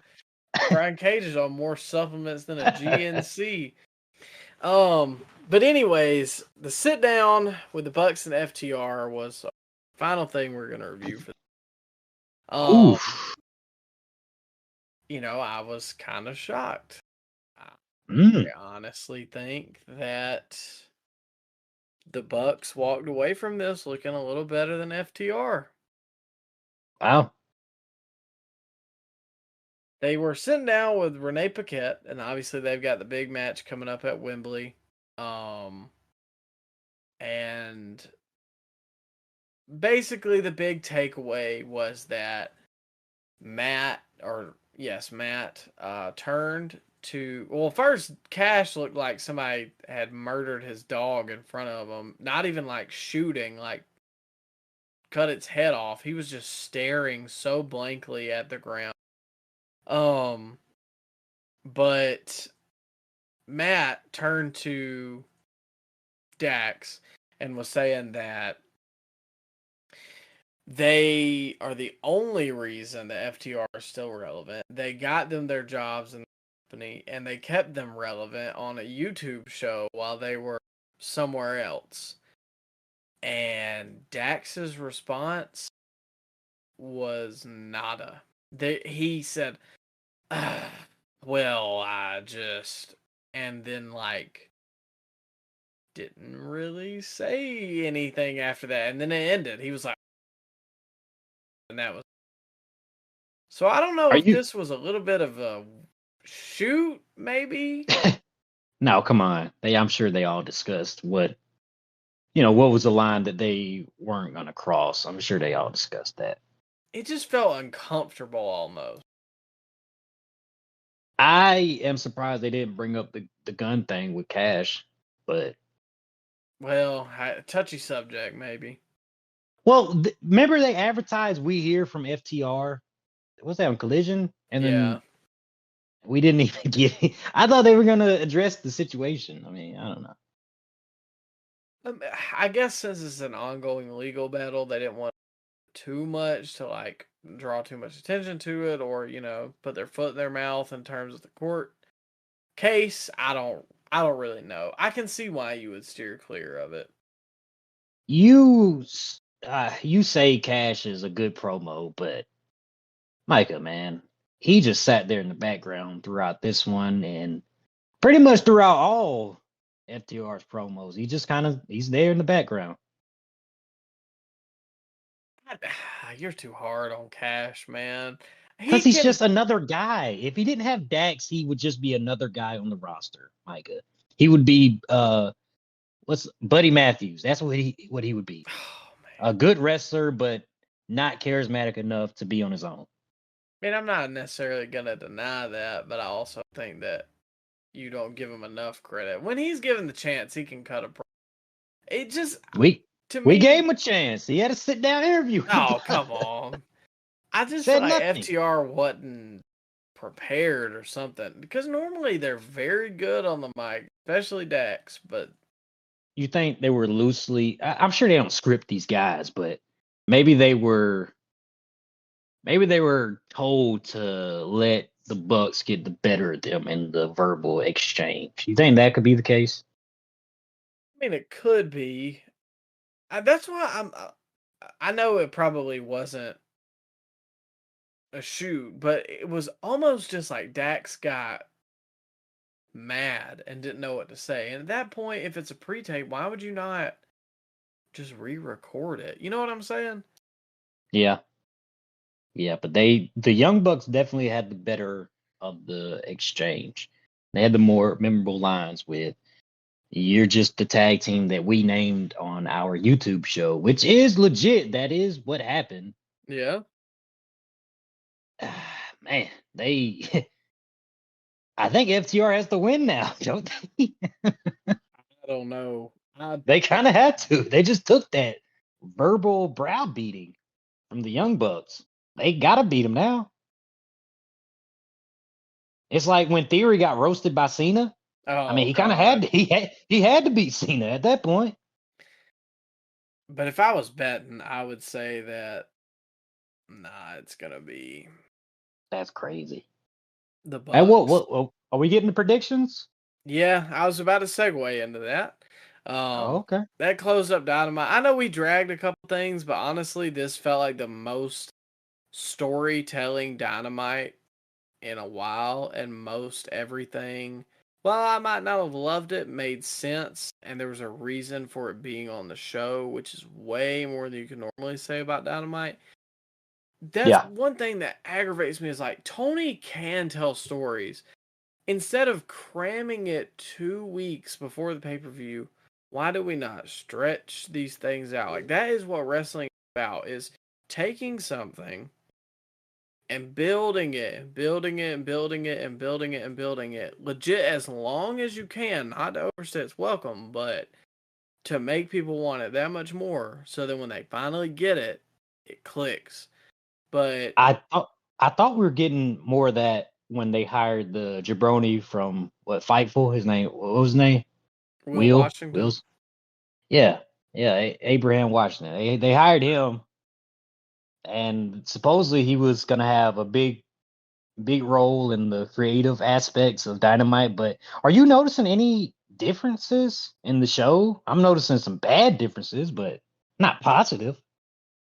Can we put some of the blame on Will Washington? Me, maybe. Only thing I noticed is he's like Kobe Bryant in a hotel room in 2004. Oh my God! Come on, we're gonna get thrown off the air, Micah. Come on, we're gonna lose our sponsorship with Audible, man. Unstoppable.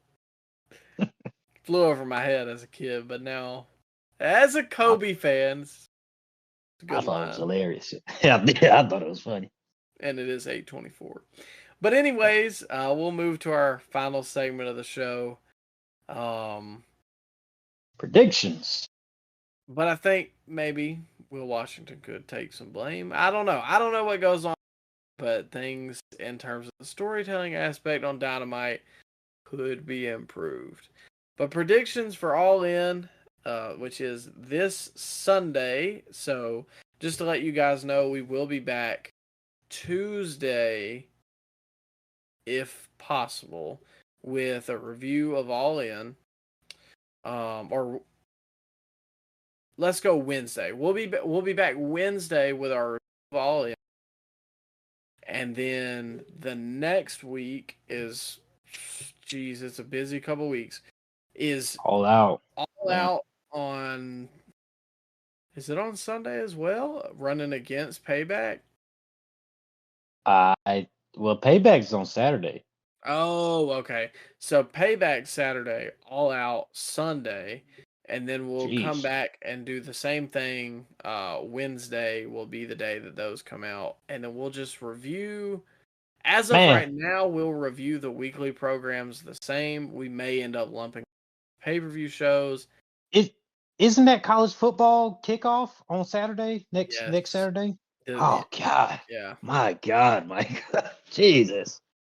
AEW's gonna have some stout collision, which Payback is too, but did I say they're gonna have some stout collision? I meant competition on collision. But close enough. Running close to midnight.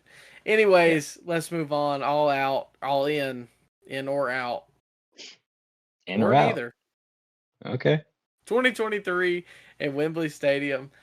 0 hour. We got Aussie Open versus MJF and Adam Cole for the Ring of Honor World Tag Team Championship. I'll take Aussie Open. I think it builds to potential breakup of MJF and Adam Cole later on in the night. But there's no way MJF and Cole are going to do ROH shows. So there's no way they're going to win the ROH tag titles. Yeah. I could see Cole doing ROH shows, but I don't know that MJF would. So, yeah, I'm going to pick Aussie Open for that one.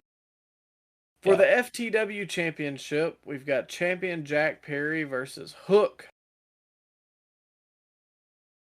I go Hook. Yeah, I say the same thing. I don't see him losing twice. Yeah. For the AEW World Tag Team Championship, FTR versus the Young Bucks.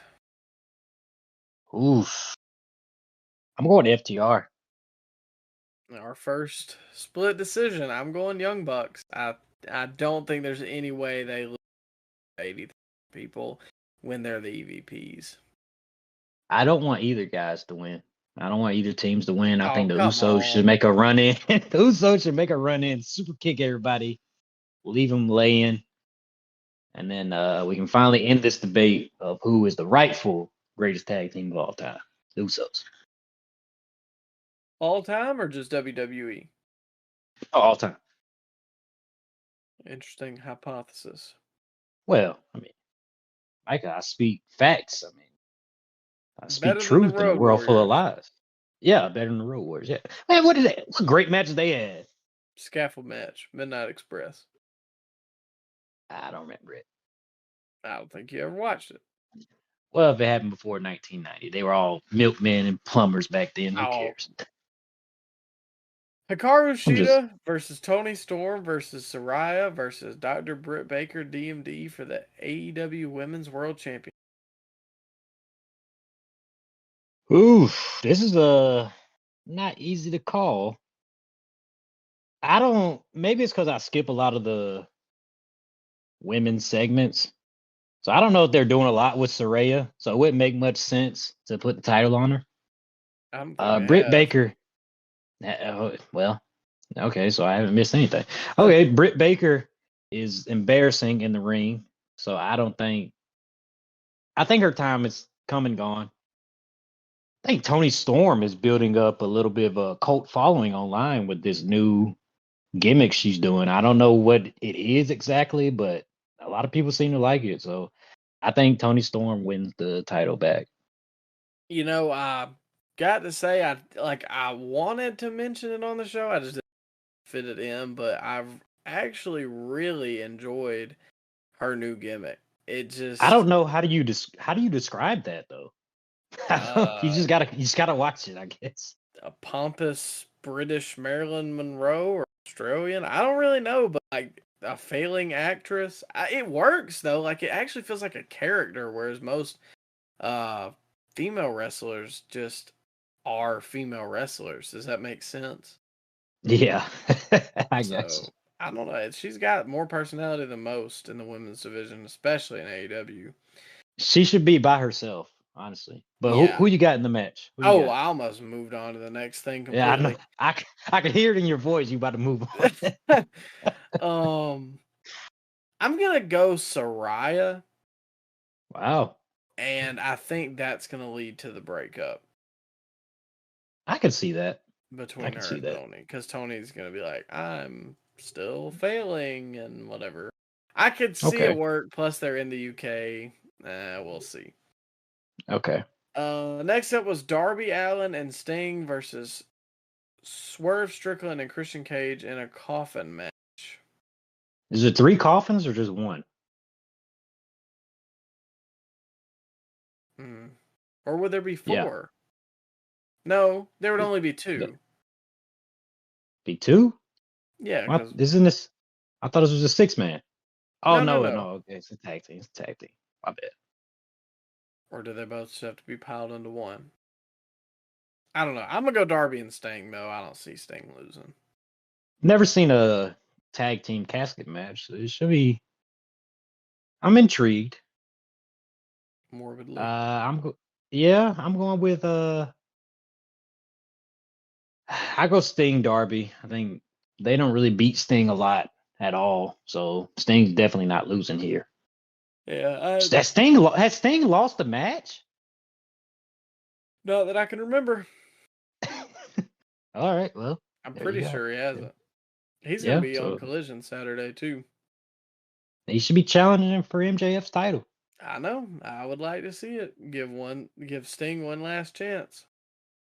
You mentioned it a year ago Yeah. that Sting ain't lost, man. I'm still down for the challenge, man. Him and MJF could have had a decent little like month feud, and then just like one match, and MJF could have beat him, and that would have been it. MJF needs to retire him. I wouldn't hate it. Send him packing. Come on now, he's not a jabroni. It's a stinger. He's old. He's geriatric Stinger. Oh, but when I make comments about Edge, I'm a bad guy. The Oh, Golden Sting Elite. Sting is elderly. I mean, he draws Social Security, so I guess you got me on that aspect. The Golden Elite. Sorry, this is formatted really weird. Wait, did you give your prediction on that last one? I thought I said Darby and Sting. I could have been wrong. Oh, okay. I might not have, but that's yeah. Okay. All right. The Golden Elite: Kota Ibushi, Kenny Omega, Hangman Adam, Konosuke Takeshita, and Bullet Club Gold, Juice Robinson, and Jay White. This is tough to call.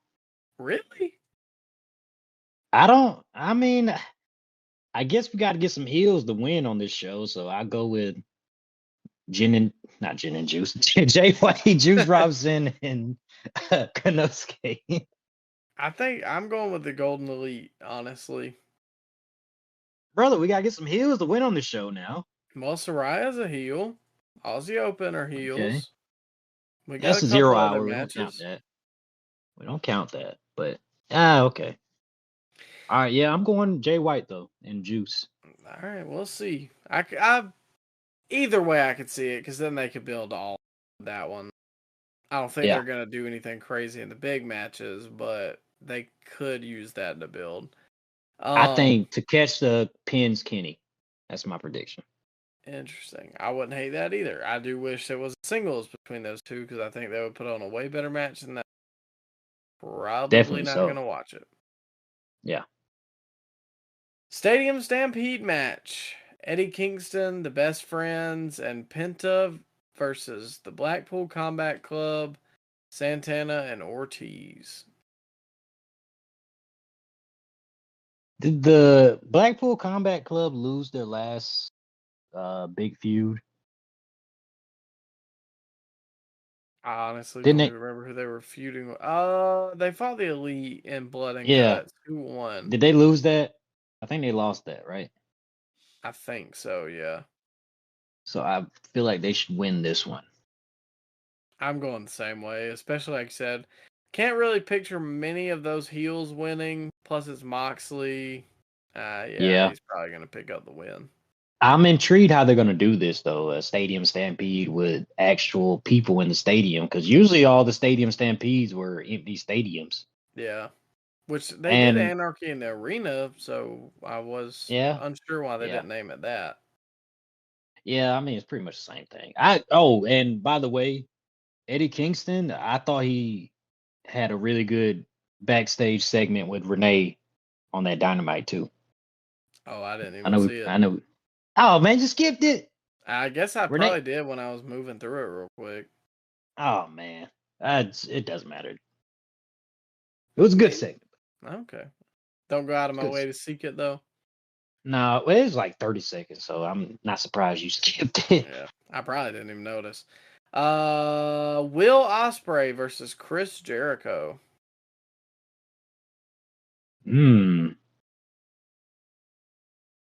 Oof, I go Jericho.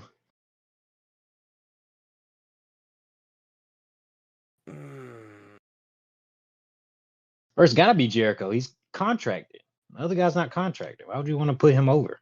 That don't necessarily mean anything, though, to AEW. That's crazy, though.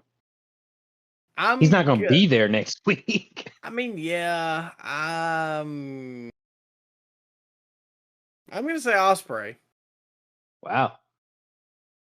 You think Don? You think Don has a role in this? He might to continue their feud. Have a roll of quarters in this. Oh man. Well, we get a screwdriver again. Oh. That would just kill him. I kick out of two. For the Real World Championship, CM Punk versus Samoa Joe. Oh man, it's gotta be Punk. Yeah, they're not gonna take it off of them until they can get the unification. I really hope they have a good match, though. I'm kind of nervous because their last one was better than Joe's last couple matches, but I don't know. It wasn't special. Yeah, I don't know if it's gonna be anything crazy. Yeah, both guys are very much slower and very much out their prime, but they could have a pretty good match here. And did you see the GTS on Saturday? A lot of people were dogging him, which, lo and behold, Samoa Joe is 300 pounds, and I'd like to see some of y'all pick up 300 pounds. Oh, come on. Don't bury Samoa Joe like that. No, I'm not. I mean, Joe's size is... Fat shaming Samoa Joe, I'm not. Joe's size is fitting for him, but what I'm saying is to expect he deserves to be fat, huh? No, what I'm saying is to expect CM Punk to pick that up like a sack of potatoes and pick that up. Oh, he's a that now. You always put words in my mouth. He's not 25 anymore, ladies and gentlemen. He has 40-year-old knees. So give Mr. Philum by his government name a break. You want him to go around kneeing fat guys, huh, Micah? Is that what you want him to do? Well, you'd have to give me one then. Oh man. 6-man for the AEW World Trio Championship. House of Black versus Billy Gunn and the Acclaimed.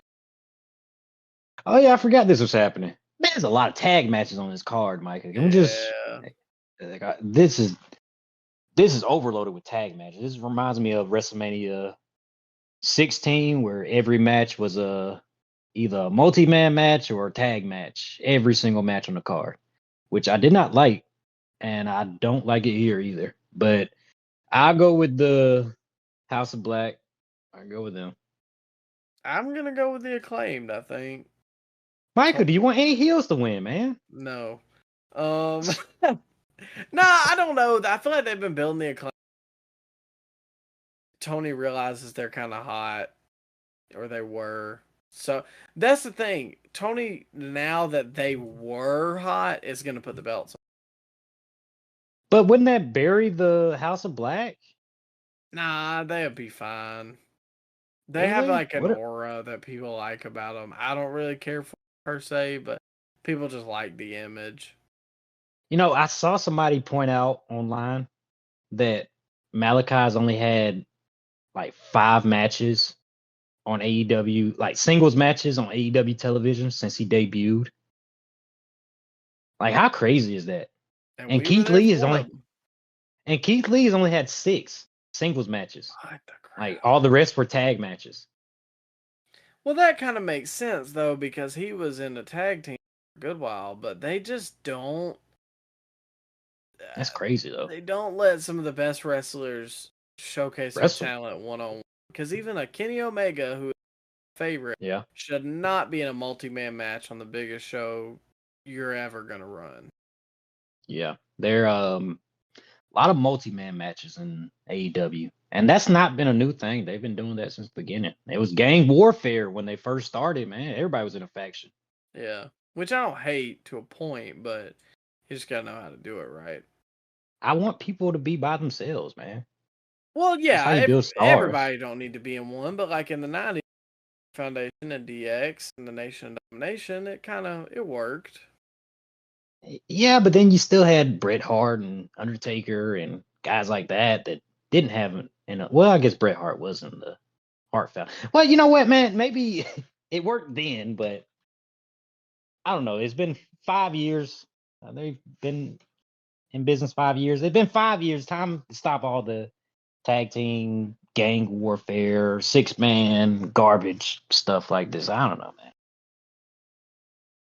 I don't think it's going to happen, though, because Tony loves it. No, of course not. But lastly, for the main event of Wembley Stadium, All In 2023, MJF versus Adam Cole. Biggest card, biggest crowd that AEW will ever do. And they got 2 comedy characters at the main event. How you feel about that, Micah? I'm not gonna say comedy characters because MJF when he needs to, but they clothesline a blow up alligator. That happened on AEW television. Does that mean I have to accept it though? It happened. We saw it. It was there. I don't think it did. I didn't see it with my own. It's the crowd's gonna love it. Yeah. And I think MJF is gonna drop this title. Really? I do. I really think so. I think MJF is gonna retain.